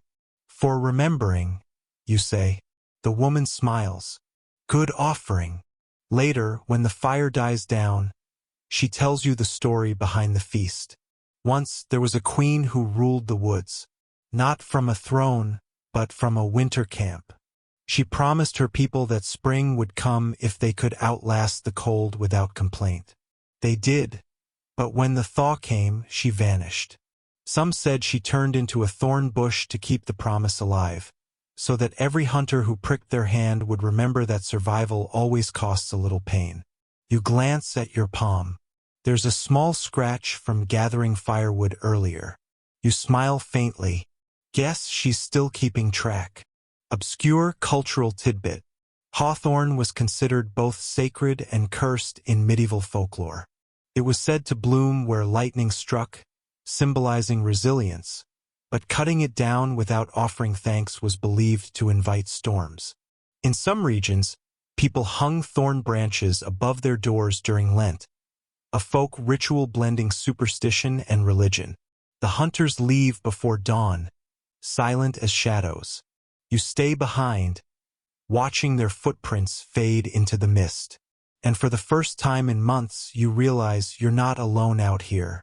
You return to your cabin and hang a hawthorn branch beside the crown. The two relics look strange together, one of royalty, one of endurance. Maybe they belong to the same story. You whisper, to the queen who waited, and to the thorns that kept her. And the wind answers with a sigh that sounds almost like applause. The man who trapped winter. Days pass. The snow thins, the rivers thaw, and yet the nights remain cruelly cold. You find yourself thinking often of the feast, and the people. Did they truly exist? Or were they another trick of solitude? Then one morning, near the frozen edge of the stream, you see it. A net made entirely of ice, perfectly woven, glistening in the half-light, stretched between two branches. You blink. The structure is delicate, impossible really, and yet here it is, solid, unmelted. Someone made this. You kneel, studying the way the ice interlocks. It's not random. Each strand is fused with another as though shaped by deliberate, careful hands. And beside it, tracks. Heavy, booted, human. They lead deeper into the forest, toward a cluster of caves. So you follow. Inside the largest cave, you find the maker. An old man sits beside a pool of frozen water, shaping another net with his bare fingers. He doesn't flinch at the cold. When he sees you, he smiles faintly. Ah, a spring wanderer, he says. You came for the frost. I came for answers, you reply. You made that net outside? He nods. I catch what others can't see. I trap winter before it leaves. You stare. You trap winter? He gestures toward the ice. When you live alone long enough, you need a hobby. Historical fact. There are scattered references in 14th century chronicles to frost weavers, hermits or blacksmiths said to craft charms that delayed thawing. In reality, these were probably early meteorological observers, people who noted how air currents, shadows, and mineral deposits affected frost patterns. But legend turned them into magicians who could tie down the seasons. You glance at the shimmering net. Well, you're certainly keeping up appearances. The old man chuckles. Winter's a guest like any other. If you want it to leave peacefully, you give it something to take with it. He dips a hand into the ice pool, pulling out a small frozen bird, perfectly preserved, mid-flight. You stare at it. You're giving it that? Every year something new, he says, so it doesn't return empty-handed. He places the bird gently beside the net, as if setting down an offering. Obscure cultural tidbit. Some Slavic villages had a tradition of sending off winter by crafting small dolls or effigies made of ice, hay, or bone, symbolizing the cold season itself. These were then burned or carried downstream to free the land. It's likely the myth of a man trapping winter was born from this ritual. The person who made the doll became the keeper of the season. Historians still debate whether any individual inspired the myth, though fragments of oral tales mention an old netmaker of frost. You stay a while watching the old man finish his work. When he's done, he hangs the ice net at the mouth of the cave. The light catches it beautifully, refracting into rainbows that shimmer against the stone. "Why do you do it?" you ask. He smiles. "Because something must remember how cold it was, so the warmth can mean something." You think about that all the way back to your cabin. That night, you dream of snow suspended midair, flakes that never fall, a sky that waits to exhale. And when you wake, the first true spring rain is falling outside. You step out, lift your face to it, and whisper, "He let winter go." The forest that sang in sleep. The first night of true spring feels almost too quiet. No wind, no snapping branches, only the gentle hiss of melting snow, like 1,000 small sighs finding their way home. You lie awake, listening, and then faintly you hear it. Music. Not the kind played by human hands, but the kind the forest invents when it's half dreaming. Dripping water making rhythm, branches brushing like violins, a night bird punctuating the beat. The soft, off-tempo half-forgotten. But there's a pattern to it. And before you realize it, you're outside again, bare feet pressing into wet moss. You follow the sound deeper into the trees. It grows clearer, like a lullaby sung by someone you almost remember. Finally, you reach the clearing. In its center stands a circle of birch trees, their trunks silver and pale as candlelight. Wind moves through them, but the sound isn't random. It's chord. Every tree sings a note. You tilt your head. "All right," you murmur. "Either I'm hallucinating, or I've discovered medieval Spotify." A figure steps out from the shadows. A woman wrapped in bark-colored robes, her hair streaked with snow. "You hear it too," she says. You nod slowly. "I think so. The forest is singing?" She smiles faintly. It dreams of its hunters. It remembers the footsteps, the breaths, the stories. You don't know whether she's real or a trick of the thaw, but you sit beside her, because the air feels like a place where stories collect. Historical fact. During the Middle Ages, people believed certain trees, particularly birch and oak, could store echoes of events. Chroniclers described forests that remembered the cries of battle or sang in the language of lost hunts. While poetic, these were early attempts to explain natural acoustics, how tree trunks and hollows carried and reflected sound. So yes, the medieval world sort of invented surround sound by accident. The woman presses her palm against a tree trunk. "Listen closely," she whispers. You do. And beneath the soft melody of branches, you swear you hear voices. Low, rhythmic, steady. Not words exactly, but patterns, like a language that doesn't need syllables. She says, "Every hunter who walked these woods left a trace. Every queen who ruled from silence left a sigh. The forest keeps both." You think of the crown above your door, of the hawthorn branch, of the ice net. It all feels connected now, like the same song in different verses. Obscure cultural tidbit. In Norse and Slavic folklore, birch groves were considered singing places, sacred to spirits who guarded hunters and travelers. People carved runes into trunks as offerings for safety, believing the tree would hum the message to the gods. Some medieval musical notation even borrowed this imagery, lines like branches, notes like leaves. Historians still debate whether any of those carvings were actually messages, or just marks from sled ropes and cartwheels. The woman turns toward you. Do you know why the forest remembers? You shake your head. So the world doesn't forget the ones who had no songs. The wind picks up, and suddenly, the whole grove hums like a living choir. You close your eyes. The sound is warm, enveloping, eternal. When you open them again, the woman is gone. Only the trees remain, whispering, like they're telling each other secrets about you. You smile. Don't worry, I'll keep your songs safe. As you walk home, the forest seems lighter. You can almost feel spring tugging gently at your sleeve, saying, "Come along now, it's time." And for once you don't resist. The hunter's last fire. That night, the rain returns. Not fierce, just steady. You sit by the fire, warming your hands, and realize the logs burn differently now. Less crackle, more whisper, as if even the flames are tired from so much remembering. You lean back and murmur to no one, "Well, we made it." The forest doesn't answer, but it doesn't have to. You think about the first day you came here, the way the cold bit your lungs, the silence pressed on your ears.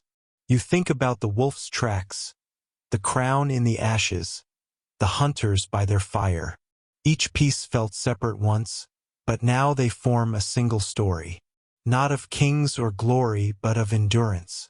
The quiet kind that doesn't make history books. The kind that happens one breath, one thaw, one stubborn ember at a time. You add the last log to the hearth. The flame catches, flickering tall for a moment before settling into a steady glow. For reasons you can't explain, you speak aloud, softly. For every hunter who stayed, for every queen who waited, for every forest that still sings when no one listens. You smile. And for the poor fool who tried to survive on acorns. Historical fact. In medieval hunting lodges, fires were rarely allowed to go out completely. Even during absence, caretakers would cover embers in ash to keep them alive for months, a practice known as banking the fire. It symbolized vigilance. That warmth, once earned, should never be lost. You stir the coals gently, watching sparks rise like gold dust. There's a sound outside, a faint knock, almost human. You step to the door, open it, and see nothing but rain. But on the threshold lies a small, familiar object. A single birch leaf, half burned, half golden. You look up at the trees and whisper, "Message received." Obscure cultural tidbit. Some medieval forests had fire stones, special spots where travelers rekindled shared flames, leaving embers for the next wanderer. It was a communal survival system, anonymous kindness centuries before the word community meant what it does now.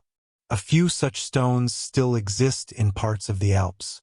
Historians still debate whether this practice began as pagan tradition or simply good sense. Probably both. You return to your fire and place the birch leaf inside. It flares briefly, a small burst of green in the gold and red, and then fades. The sound reminds you of a voice saying, "Enough, rest now." So you do. You lie beside the hearth, the last warmth of winter pooling across your skin, and you let sleep come like a tide. Outside, the forest breathes, and for the first time in months, it exhales without pain. The Thaw Queen's secret. You wake to dripping. Not rain this time, but meltwater. A soft, persistent sound like fingertips tapping glass. You blink, stretch, and find that the air has changed. It no longer carries that metallic bite of winter. Now it smells faintly of bark and wet moss. The fire in the hearth has burned down to coals, and the light outside your window is pale, morning blurred by fog. You sit up slowly, rubbing sleep from your eyes, and realize something unusual. You're warm. For the first time in months, your breath doesn't form clouds in the air. You open the door and step outside. The snow is retreating like an army in slow motion. 1,000 tiny rivers weaving through patches of mud. Somewhere, water trickles over stone. The forest looks embarrassed almost. Bare branches, slush, half-frozen leaves. All the grand solemnity of winter replaced with awkward transition. You chuckle to yourself. Even nature has its awkward phases. You walk toward the stream, listening to the muffled symphony of thaw. And there, at the bend where two brooks meet, you see her again. The woman from the birch grove. But now she's different. Her robes are green instead of gray. Her hair no longer silver but dark like soaked earth. She's kneeling by the water, her hands cupped around something small. A bird. Maybe. You approach carefully, the ground squelching under your boots. Back again? You ask. She doesn't look up. I never left. Her voice is softer this time, the edges rounded by warmth. You tilt your head. Who are you, really? She looks at the stream, where the first bits of ice break and swirl like tiny mirrors. Once they called me the Thaw Queen, not because I ruled the season, but because I waited longer than anyone else. You smile faintly. That's a terrible title. She laughs, quiet and low. They all are. Historical fact. In late medieval Europe, people marked the end of winter with thaw feasts. Early spring gatherings celebrating survival. Bread baked with the first flower of the year was shared, often molded into the shape of a woman, the symbolic bringer of warmth. In some villages, she was even called the Queen of the Melt. No one knows where the ritual began, but it may have blended pagan and Christian beliefs. Half goddess, half saint, all mud-season glory. The woman turns to you and says, "Do you know what the hardest part of waiting through winter is?" You shake your head. "Not the cold," she says. "It's remembering warmth without breaking apart." You think of all the nights you stared into the fire, convincing yourself to last just one more dawn. She releases the small bird from her hands. It hops twice, then takes flight, awkward but determined. It lands briefly on your shoulder, then vanishes into fog. You watch it disappear and murmur, "That's it, then, the end of winter." But the woman only smiles. Not yet. Spring never comes all at once. It sneaks. Obscure cultural tidbit. Some medieval farmers believed that when the first bird of spring landed near your home, you owed it bread, literally. They would crumble yesterday's loaf at the door to feed the thaw. Refusing to do so, it was said, made the season stay colder longer. Historians still debate whether that was superstition or clever psychology, a way to encourage early outdoor chores. You walk with the woman along the stream. The fog shifts, revealing the faint outline of what might have been a cottage, half collapsed, overtaken by ivy. She glances toward it but says nothing. After a while, she turns to you and whispers. When the hunters stopped coming, the forest grew quieter, but not empty. Every echo found a new place to rest. She steps back into the mist, her outline softening until she's gone again, like snow dissolving into soil. You stand there for a long moment, until the wind picks up and carries her scent away. Pine, rain, and something old enough to remember every winter before this one. Then you smile and start back home. One last time. When spring forgot to arrive, days pass. The world is supposed to be thawing. Yet each dawn feels hesitant, half-hearted. One day bright, the next buried in frost again. It's as if spring is pacing in circles, unsure whether to commit. You start keeping a tally on your doorframe. Sun mark, snow mark, mud double mark. By week's end, it's chaos. You sigh. Even the weather can't make up its mind anymore. You decide to visit the upper ridge, where the wind moves freely. The path is soft underfoot, the air filled with the smell of old bark and wet moss. As you climb, the world widens. You can see patches of green spreading like ink through parchment. At the top, you find an ancient stone, tall, narrow, inscribed with faint grooves. You brush moss away. Beneath it lies a carving of a stag, antlers branching into stars. Around its feet, smaller symbols, runes maybe, or just the doodles of a lonely shepherd. You run your fingers over the lines and feel warmth. Actual warmth. The stone hums faintly, like the memory of sunlight trapped in rock. Historical fact. Medieval hunters often marked sacred stones deep within forests, called weather stones. These were believed to control the balance of seasons. If touched during the wrong time of year, they could confuse nature, delaying spring or prolonging frost. While the origins are unclear, some were repurposed Roman milestones, their inscriptions long forgotten. You rest your palm against it and whisper, "All right, stone.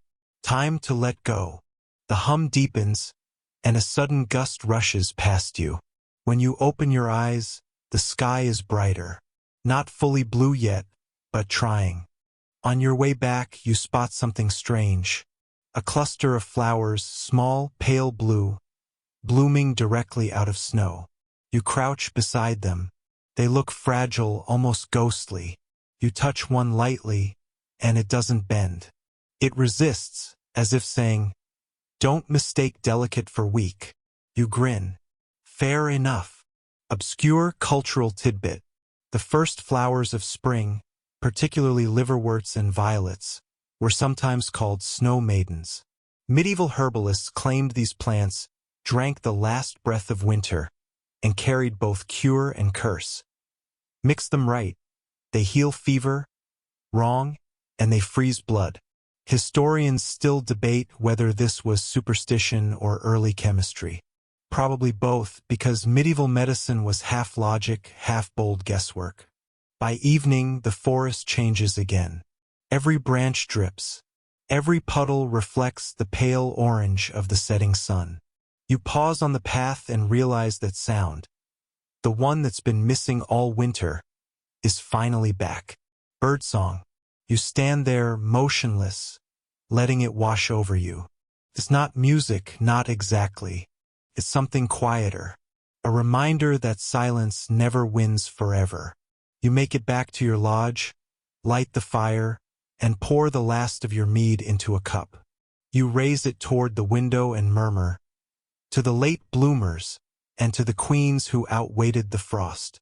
The drink is warm, spiced, and slightly bitter. Perfect. Outside, the wind sighs, but it's not angry anymore. It sounds like something finally giving in. You lean back, eyes half closed. Tomorrow you'll gather new wood, patch the roof, maybe even whistle on the way to the river. But for tonight, you just sit and listen to the forest breathe again. The feast of empty tables. The first proper spring day sneaks in quietly, like a guest arriving too early for dinner. You wake to sunlight spilling through the shutters. Golden, warm, startling. The kind that doesn't just light the room, but stirs it. Dust motes dance lazily in the air, and for a moment you think, maybe the forest has forgotten winter after all. Your joints pop when you stretch. A sure sign you've been sleeping through too much frost and not enough movement. You pull on your boots, the leather cracked from the long cold months, and step outside. The world smells alive. Wet bark, ferns, smoke from some distant hearth, and the sound, that slow chorus of life tuning itself again. A raven's distant call, the steady drip of thaw. Somewhere, a woodpecker performs his first morning concert, badly off rhythm but very confident about it. You take a breath and think, right? Survived another one. Then you laugh quietly to yourself. You probably won't make it through the next day, You murmur a half-sincere, half-sarcastic joke to the air. You've said it every season, and so far you've been wrong every time. Today, the village below the ridge is holding a feast, the first since the snow melted. Not a grand one, of course. The kind with more stories than bread, more laughter than meat. But still, the people call it the Feast of Empty Tables. A fitting name. You decide to go. The walk takes longer than you expect. The ground is still soggy in places, and your boots make that sucking sound with every step, like mud trying to argue. The path leads past the same old frozen stream, now a series of glassy mirrors reflecting sunlight. You pause to look at yourself in one, but your reflection is distorted, rippled, and trembling. Fair, you mutter. We've both seen better days. At the village edge, smoke curls gently from chimneys. The air is thick with the smell of barley stew and bread baking over coals. Children dart past with sticks, pretending to joust. Someone shouts, "The hunters come back!" You smile and nod politely. You're not much of a hero, more a stubborn survivor who refuses to freeze. But that seems to count for something these days. You reach the square, where long tables have been set up, though half of them are still bare. Wooden bowls wait for food that hasn't arrived yet. A woman with a crooked bonnet laughs as she sets down a single roasted turnip in the center of a table. "There," she says, "a feast fit for patience." You sit beside her. Soon the space fills, villagers arriving with what little they can spare. A heel of bread, a jar of pickled roots, one suspiciously thin sausage. They laugh, and that laughter fills the gaps between plates. Historical fact: throughout much of medieval Europe, early spring was known as the hungry season or Lent hunger. Winter stores ran low, hunting was poor, and fields had yet to yield anything new. Communities often celebrated simply having survived. The Feast of Empty Tables symbolized endurance, not abundance. In some parts of England, villagers would leave an empty plate at the table for the frost, as a kind of ritual apology for complaining too much during winter. As evening settles, torches are lit. Shadows stretch like lazy cats across the muddy square. You drink warm ale, slightly sour from being brewed too early. It burns your throat and feels like sunlight trapped in liquid form. Someone begins a song. Not a good singer, not really, but sincere. A slow tune about a hunter who waited for spring so long that he fell asleep and dreamed it instead. The melody drifts through the air, uneven but kind. You look around the table. Every face is worn, lined, tired, but smiling. And you realize something oddly beautiful.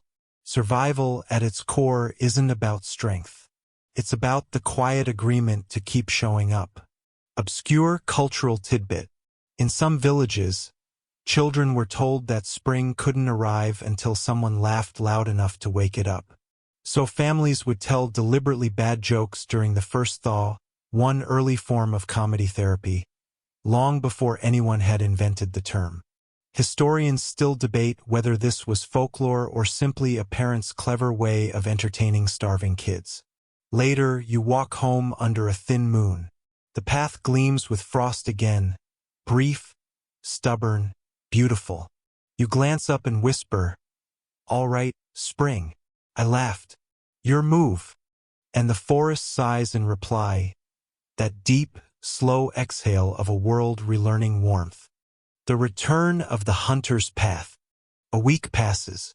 The snow retreats farther each day, revealing not just earth, but the old paths, those trails that winter swallowed whole months ago. You decide to follow one, just to see where it leads now that the world remembers its shape. The path begins behind your lodge, winding through pine and birch, patches of green peak between roots. The air hums with life, faint, hesitant, but real. You adjust your cloak and begin walking. The familiar weight of your bow hangs at your shoulder, though you know there's little to hunt yet. Old habit, mostly. The forest feels both smaller and deeper at once. Every tree seems closer, every echo longer. You find the place where you once set traps in early winter. Most are gone now, swallowed by melt or carried off by foxes. But one remains, half buried in moss. You pull it free, clean it, and smile. You waited too, you tell it softly. As you walk farther, you find signs of others, old camps, circles of stones where fires once burned. Hunters from other villages, maybe. You crouch near one and brush away debris. Beneath it, something glints. A small iron knife, rusted but intact. You pick it up carefully. Historical fact. In medieval Europe, many hunters buried spare blades or charms in forest clearings, path offerings. The superstition was that the forest itself could forget you if you didn't leave a piece of your work behind. To be remembered by the woods meant you'd always find your way home. You slip the knife into your belt. I'll remember you too, you murmur. Hours pass. The trees thin. The sun sits lower now, filtered through a haze of gold. You come upon something unexpected, an ancient wooden archway half consumed by ivy. The carvings on it are faint but still legible. Stags, moons, and what looks like a hand holding fire. You step through. Instantly, the air changes. The wind hushes. The scent of pine deepens, and for a moment you feel watched.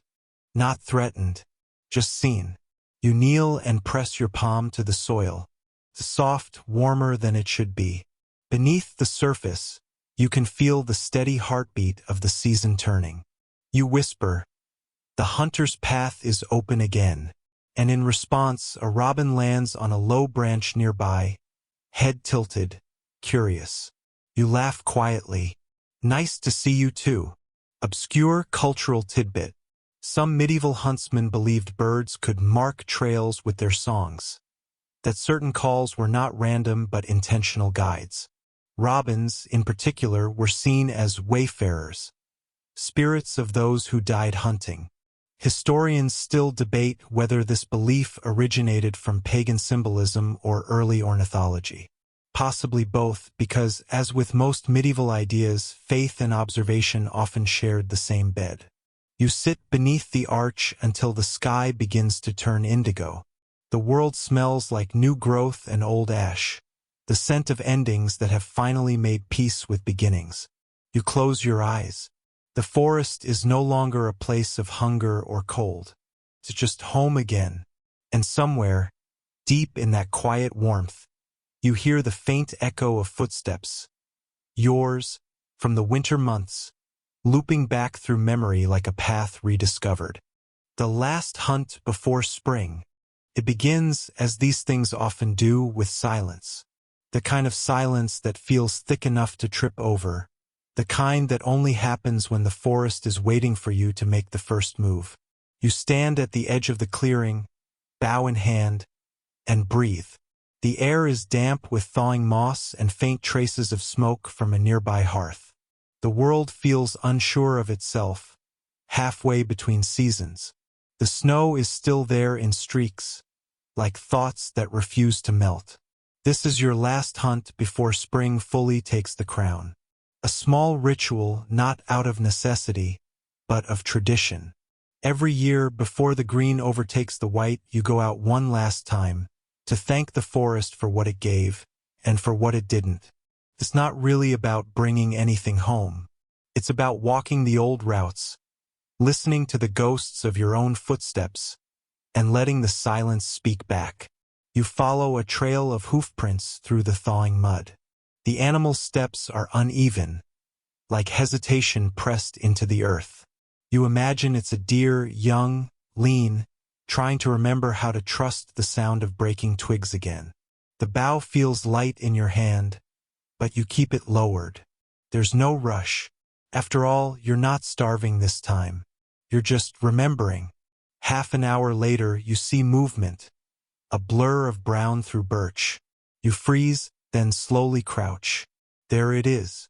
A doe, cautious but curious. She lifts her head, ears twitching toward you. You could take the shot. You don't. Because the truth is, there's something sacred about letting life continue when you don't have to interrupt it. You lower the bow. Go on, you whisper. You've earned it too. She stares a moment longer, then bounds away, leaving nothing behind but a trail of melting prints and a strange calm in her wake. Historical fact: late winter and early spring hunts in medieval Europe were often ceremonial rather than practical. Nobles and peasants alike believed that sparing certain animals, particularly deer or boar, brought luck for the coming planting season. Some even hung their bows on tree branches until autumn as a sign of restraint. In parts of France, hunters performed the bow sleeping, laying their weapon in front of a chapel for 3 nights to honor Saint Hubert, the patron of hunters. You don't have a chapel nearby, but the forest will do. You find a fallen oak, its trunk hollowed and soft with moss. You rest your bow inside the gap and sit beside it. It's oddly peaceful, as though the world itself is exhaling. A squirrel scolds you from a nearby branch, tiny, furious, and convinced you violated some unwritten law. You grin. Relax. I'm retired for the day. Obscure cultural tidbit. Some hunters used to whisper apologies to the forest after every kill. They'd say, "For taking one breath, I give mine." It wasn't literal, just a ritual exchange of gratitude. Scholars still debate whether this came from pre-Christian animist customs or early Christian reinterpretations of sacrifice. Either way, it reveals something essential. Even when survival was brutal, reverence still found room to breathe. You stay until the sun begins to dip behind the trees, painting the sky with long strokes of honey and ash. When you finally rise, your knees ache, and you feel the familiar twinge of age. But there's contentment there too. You whisper to the forest, "We're even now." The wind stirs the branches like an answer. And as you turn back toward home, you realize the last hunt wasn't about killing. It was about closure. The forest forgets no one. A few days later, the thaw completes its slow triumph. Streams swell, birds riot in the treetops, and the forest, once so quiet and tight-lipped, has found its voice again. You walk through it one morning just to listen. The ground is slick, your boots heavy with mud, but it feels good, a kind of weight you don't mind carrying. The scent of pine resin and wild onion fills the air. Everywhere, life bursts out of hiding. Foxes darting, hares sprinting, water trickling from every root and stone. You pause at a bend in the trail, near the same spot where you left that old offering months ago. A carved wooden charm half buried in snow back then. You dig through the soft earth and find it. Weathered, cracked, but still there. You turn it over in your hand and smile. Guess you made it through too. The forest hums quietly, as though acknowledging your words. You begin walking again. Something about this path feels heavier with meaning now, like each step is layered with echoes. Every twig snap and rustle carries a faint memory of your past walks. The desperate winter hunts, the bone-deep cold, the hunger, the stillness. But there's warmth now. You pass the clearing where you once saw the stag, the one that vanished into fog before you could aim.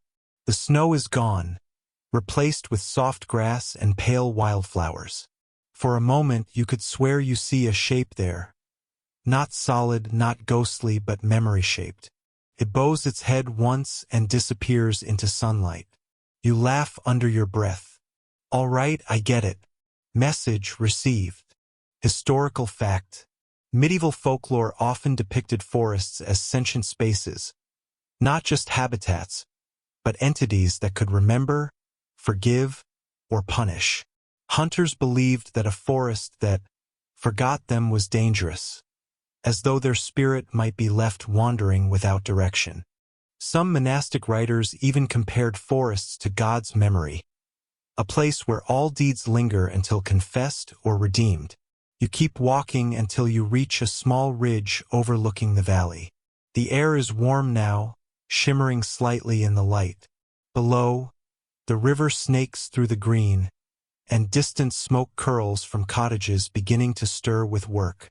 You sit and take it in. This view, this simple, ordinary stretch of land, feels like a lifetime earned. Obscure cultural tidbit. In a few medieval Baltic villages, springtime hunters would hang bells from trees to wake the forest. They believed the trees could hear and would stretch their branches in gratitude. Some of these rituals survived well into the 19th century as folk customs disguised as May celebrations. Historians still debate whether these bell rites were originally for gods, spirits, or just the trees themselves. Perhaps all three. You wish you had a bell right now. Instead, you whistle. It's off-key and uneven, but it carries. The forest doesn't echo it. It absorbs it, folds it into the rustle of leaves and birdsong. And in that moment, you understand what those old hunters meant when they said, "The forest forgets no one." It doesn't mean it remembers your name or your deeds. It means it remembers that you were here. You stay on the ridge until evening paints everything in slow copper light. The forest below shifts, sighs, and continues. Just as it always has, just as it always will. And you, a small part of its memory, rise and head home. The summer of quiet tools. You wake before the sun. Not because you have to, old habits just refuse to sleep in. The air is soft, cool, smelling faintly of rain that hasn't yet fallen. Somewhere in the distance, a rooster gives his daily dissertation on existence, and a pair of doves argue gently over whose branch is whose. You stretch, bones creaking like old door hinges, and glance toward the corner of the cottage where your tools rest. They're silent now, the bow, the knife, the traps. You cleaned them, oiled them, wrapped them in cloth weeks ago. They lie there like relics from a life that's gone quiet. It's the summer of waiting, of mending nets instead of laying snares, of sharpening, not striking. You run a thumb along the wooden shaft of the bow. Smooth, familiar, like a friend that knows when to stay silent. There's something poetic about it. How hunters, when the forest turns full green, learn to become caretakers instead of takers. You still walk the woods, of course, but not for prey. Now it's for herbs, for berries, for stories whispered through leaves, and for shade, when the heat presses too heavy on your shoulders. You head out after breakfast, a simple one. Rye bread, soft cheese, a few raspberries from a bush you planted near the door. The path through the woods has changed again. Summer does that. It rearranges the forest like a painter constantly reworking her canvas. The trail you once trudged through snow is now buried in ferns. You step carefully, brushing aside greenery taller than your knee, and the world hums with insects and low birdsong. You find the clearing where the old oak fell last spring. Now it's a whole new village of life. Mushrooms in the cracks, beetles working overtime, a hare peeking out with cautious curiosity. You smile and move on. The forest doesn't stop when you stop hunting. It just continues. And maybe so do you. Historical fact. In many parts of medieval Europe, hunting was forbidden in summer months by law, not out of mercy, but because it was breeding season for most game. Nobles enforced the king's peace of the forest, and anyone caught hunting out of season could lose their hand, or at least their freedom. Peasants, being practical, often ignored this, but smart hunters knew summer wasn't worth the risk. Not with forest guards, poachers, and heat all working against them. So they turned to foraging and repair instead. You kneel by a small brook and rinse your hands, the water running cold and quick over your skin. A flash of silver darts past, a fish no bigger than your thumb. You watch it vanish into a shadow beneath the roots. Good choice, you murmur. Hide while you can. Somewhere behind you, a woodpecker hammers out its rhythm, steady and sure. Sounds like work. Sounds like summer. Obscure cultural tidbit. Medieval hunters believed their tools had seasons of rest. They'd hang bows and blades near doorways or windows to let them breathe. Some wrapped them in herbs, thyme, sage, or lavender, believing the scents kept away bad luck and rust alike. Historians still debate whether this was superstition or just good maintenance disguised as ritual. Either way, you catch yourself doing it too now, tucking a sprig of thyme into your sheath as if the knife itself might appreciate it. By the time you return home, the sun is beginning to dip, long golden light sliding across the floorboards. You set your basket down, mushrooms, herbs, one apple you definitely didn't pay for, and settle into your chair. The forest hums outside. The air smells of pine, heat, and distance. And for the first time in a long while, you feel like the world doesn't need you to do anything at all. Just to be here. The return of the green moon. It starts as a whisper, not from the forest, but from the village. Rumors drift through the air like pollen, about a strange green glow seen above the trees at night. Some say it's the moon herself, turning jealous of summer's abundance. Others claim it's the spirits of the forest lighting their hearths again. You smile when you hear it because you've seen it too. The light is real enough. A faint, emerald shimmer that lingers in the mist after dusk, hovering just above the canopy. You saw it first 3 nights ago, thought it was your eyes playing tricks, but now it's unmistakable. A soft, unearthly glow that stains the treetops like spilled ink.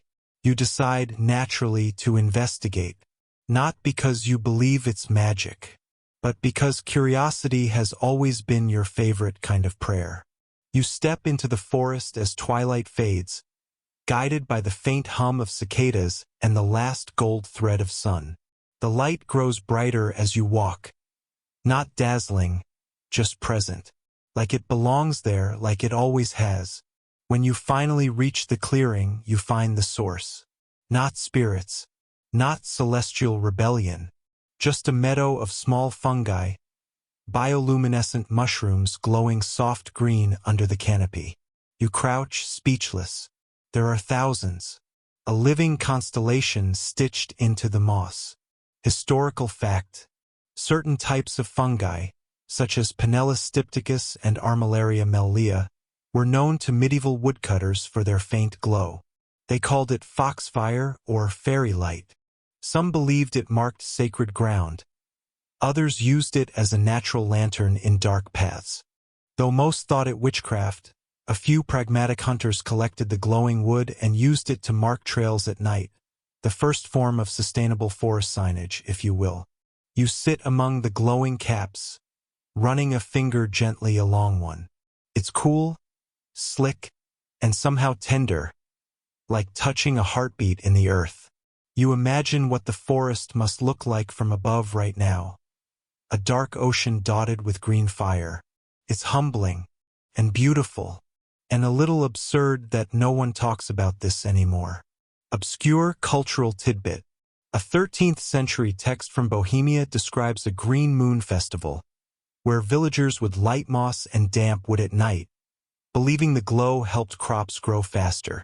Historians still debate whether the ritual was inspired by foxfire, lunar myths, or just a creative use of boredom. Either way, tonight it feels real again. You lie back in the grass, staring up at the sky where stars blink lazily between branches. The forest glows around you, a gentle halo of moss and light, and you think, perhaps for the first time all season, that survival wasn't just about food or shelter. It was about wonder, about noticing, about realizing that even in the quietest corners, the world refuses to be ordinary. You breathe deep, let the scent of soil and sweetness fill your lungs, and smile. "Good night, green moon," you whisper. The forest hums, the light flickers softly, and sleep feels very close. The autumn packed. You feel it first in the air. It's not the chill yet, not quite. It's the sound. The way birds stop singing so constantly. The way the breeze feels more intentional, like it's practicing for something colder. Autumn arrives softly, like someone you didn't notice stepping into the room until they clear their throat. You walk the forest path again, noticing the shift, mushrooms browning, ferns curling inward, the hush of the trees getting heavier. Everything seems to sigh. You sigh back, because you know what's coming. You've lived through too many winters to be fooled by the honey-colored glow of September. Today's a day for small pacts, those quiet, unspoken agreements you make with the world when it's about to change. You fix the roof of the hut, just enough that it probably won't collapse. You stack firewood and then stare at it suspiciously, convinced it will somehow shrink overnight. You pick apples and string them to dry, pretending you're doing something useful. You know better. Winter never really waits for you to be ready. It just shows up, grinning with a sack of snow and bad timing. Historical fact. In the later Middle Ages, hunters often formed seasonal alliances, informal pacts, with other forest workers, such as charcoal burners or woodcutters. These small, rotating groups shared supplies and labor in autumn to prepare for isolation in the cold months. Records from 14th century Saxony describe groups of winter companions who took oaths by firelight to share meat, tools, or even silence when things grew desperate. The last part was probably the hardest to keep.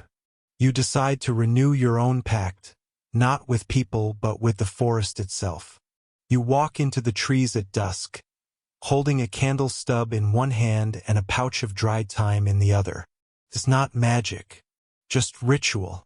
You light the wick, watch the little flame bow in the wind, and scatter the herbs at the base of a great beech tree. Thank you, promise, to take only what's needed, to leave the rest, to remember that the forest has already seen too much of everything. The candle burns for a moment longer before it dies. Quietly, without drama. You nod. That seems fitting. Obscure cultural tidbit. Some medieval hunters believed trees could remember. They'd whisper apologies to trunks before cutting branches or carving marks, convinced that spirits or dryads took offense easily. One 12th century manual from France even advised saying, "I borrow from thee, not steal," when gathering firewood. Historians still debate whether this was superstition or subtle environmental wisdom. Either way, it's oddly comforting to imagine the trees listening. The stars come out early tonight. Cold, bright, sharp. You find yourself talking to them too, about weather, supplies, loneliness. They don't answer, of course, but they twinkle in a way that feels almost conversational. You turn toward home, fireflies flickering along the trail like tiny lanterns. The forest smells like earth and smoke and endings. And maybe, just maybe, new beginnings hiding behind them. The song of ash and antler. The first frost comes in the night. You wake to a thin, glassy sheen coating the edge of your window.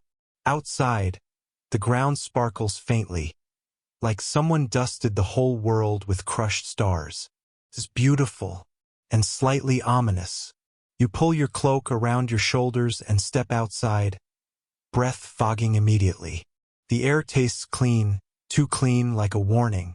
Somewhere deep in the forest, you hear it. A long, low bellow that echoes through the cold air. The deer are singing again. It's rutting season, the time of the antlers. Every year, the stags announce their presence with what can only be described as the world's least romantic concert. You listen from the edge of the clearing as two of them clash, antlers locking with the force of small thunder. It's raw, wild, and strangely graceful. The forest seems to pause around them. Even the crows go quiet. And you think about how, for centuries, humans watched this same ritual with awe and envy.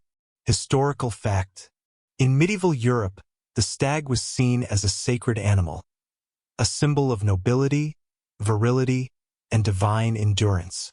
Hunting one wasn't just a sport, it was a ceremony.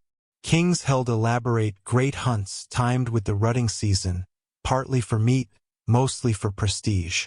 Meanwhile, peasants who killed one without permission could face brutal punishment, unless they were clever enough to disguise the venison as forest ox. Historians still debate whether this name fooled anyone. You watch the stags until one finally retreats, his breath steaming like smoke from a forge. The victor stands proud for a moment, then trots off, dignity restored, probably toward his next argument. You smile and head back, rubbing your hands for warmth. The morning sun filters through skeletal branches, catching the frost and turning it gold. The forest looks both alive and asleep, suspended between breaths. Inside your cottage, you stir the embers back to life. They glow reluctantly, then bloom into flame. The fire snaps, stretches, and begins its morning gossip. You add a log, watch the smoke curl upward, and hum a tune you don't remember learning. It's low and slow, a song of repetition and survival, a song of ash and antler. Obscure cultural tidbit. Some medieval hunters believed that burning a stag's antler tip in the fire would summon courage for the coming months. Others said it drove away frost spirits or mice, depending on who you asked. You have neither antlers nor mice, so you settle for tossing in a sprig of juniper instead. Crackles cheerfully, as if approving. You sit by the fire and watch the light play across the walls, flickering shadows of tools, herbs, and your own motionless form. It's strange how the quietest moments feel the heaviest. Outside, the forest begins to hum with frost and distance again. And you think of all those who once survived winters just like this, with less wood, less food, less luck, yet somehow still managed to keep the song going. You hum it too now, softly, until your voice blends with the fire's rhythm, and the forest listens. The long winter's memory. You wake one morning and realize the world has forgotten color. The forest, the sky, even the air, all shades of white and gray, like someone pressed pause on everything but the cold. The snow outside your door is knee-deep now. The trees wear it like cloaks. The world has gone quiet in a way that feels absolute, the kind of silence that makes you whisper even when you're alone. You test the air with one gloved hand. It's brittle, the kind of cold that doesn't sting anymore. It simply takes what it wants and moves on. Inside your small world, one fire, one bed, one wooden bowl. You exist like a note in a song that's nearly finished. You sip broth that's mostly water, mend your boots again, and talk to the walls. They don't answer, but they seem sympathetic. You've entered what hunters once called the long memory, the final stretch of winter, when even the forest seems to remember other lives it's seen survive before. Historical fact. In the medieval Alps and Carpathian regions, hunters documented what they called the deep stillness, the period of midwinter when not even axes could break frozen wood cleanly. Some believed this silence meant the spirits of the forest were listening too closely. So they waited. No chopping, no hunting, just endurance. Monks wrote about this stillness, too, though they gave it a gentler name, the patience of February. You wrap your blanket tighter. The fire is little more than a soft glow now, orange and stubborn. You watch the flame breathe in rhythm, shrinking, expanding, as if it's meditating on your behalf. Sometimes you catch yourself thinking about warmth the way other people think about love. Obscure cultural tidbit. In some Slavic hunting folklore, people believed that if you whispered your name into the snow and it didn't echo, you'd survive the winter. You try it. It doesn't echo.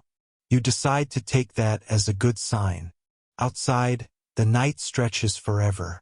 The trees creak like old doors, and a fox passes silently through your yard, her breath clouding in the moonlight. You watch her pause, sniff, then vanish into the white. There's a kind of peace in her indifference. She doesn't wonder about spring or fear the cold. She just moves through it, and somehow that helps. You close your eyes again and listen to the forest's heartbeat. A faint crackle of ice on branches, a soft thud of snow falling somewhere unseen. You think, this is what endurance sounds like. And as you drift toward sleep, you almost hear it whisper, not in words, but in weight and warmth. You've done enough. The fade into spring. Asterisk. One morning, without ceremony, the forest breathes again. You don't notice it right away. It's subtle. A drip from the eaves, the soft groan of ice giving up its hold on the stream. Then a smell. Damp earth. You open the door and the light is different. Not warm yet, but curious. The snow hasn't gone, just softened, losing its hard edge. A bird sings one single brave note, and it feels like the world's first applause. You walk through slush toward the clearing. Everything's bent, heavy, changed, but alive. You find one green shoot pushing up through the thawed patch near the path. Absurdly small, absurdly defiant. You kneel, grin, and whisper something you don't even mean to. You made it, and you realize you're talking to yourself, too. Historical fact. In medieval hunting culture, spring marked a ceremonial release. Not just of animals, but of people. Lords lifted hunting bans, peasants reopened forest paths, and villages held first fire feasts, using the last scraps of winter stores. It wasn't abundance yet, but it was relief. The church even recognized a feast of St. Hubert in Thaw, honoring hunters who had survived another season of scarcity. Historians still debate whether this feast ever involved actual food. You follow the thawed creek, the one you'd nearly forgotten, until you reach a familiar stone bridge. It's cracked now, moss reclaiming its corners, but it stands, quietly proud, like everything else that outlasted the cold. You rest your hands on the stone, feel the trickle beneath it, and think about how the forest always keeps its promises, even when it takes its time. Obscure cultural tidbit.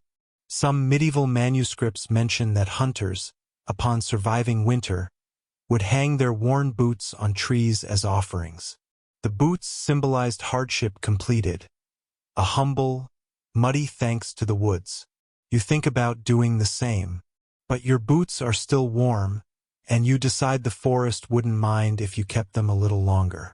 You return home as the last snow slides off the roof with a sigh. Inside, you rebuild your fire not out of desperation now, but habit. The flames rise easily. They know the rhythm too. You pour a little water into a clay cup, add a sprig of mint, your first fresh scent in months, and sit. Outside, the forest exhales. And this time, you breathe with it. The forest has grown quiet again. But it's a different kind of quiet now. Not the brittle hush of winter. This one's soft, slow, and filled with gentle, invisible life. Somewhere far away, a stream resumes its laughter. A bird shakes snow from its wings. A fox steps lightly over the fading frost, tail brushing the ground like a paintbrush of motion. You sit beside the fading fire, its orange light pulsing like a heartbeat. The smoke drifts lazily upward, curling into the early morning haze. You lean back, feeling the warmth reach your skin, feeling the ache of months dissolve into something almost like gratitude. The chair creaks, the wood breathes, and you realize you are no longer waiting for spring. It's already here. The world moves on, as it always does, slowly, kindly, with a patience that outlasts everything. You think of all the winters before this one, all the hunters and wanderers who sat where you sit now, holding the same warmth in their palms. They survived too, and their stories, small, forgotten, buried in snow, still hum beneath your feet. You close your eyes, and the forest blurs into a wash of green and gold. No drama, No rush, just the long exhale of time itself, letting you rest. You've reached the end of the story, and maybe the beginning of another one. The fire fades, the air softens, and you, dear listener, are safe inside the quiet. So breathe, rest your hands. Let the forest keep watch tonight. You've done enough.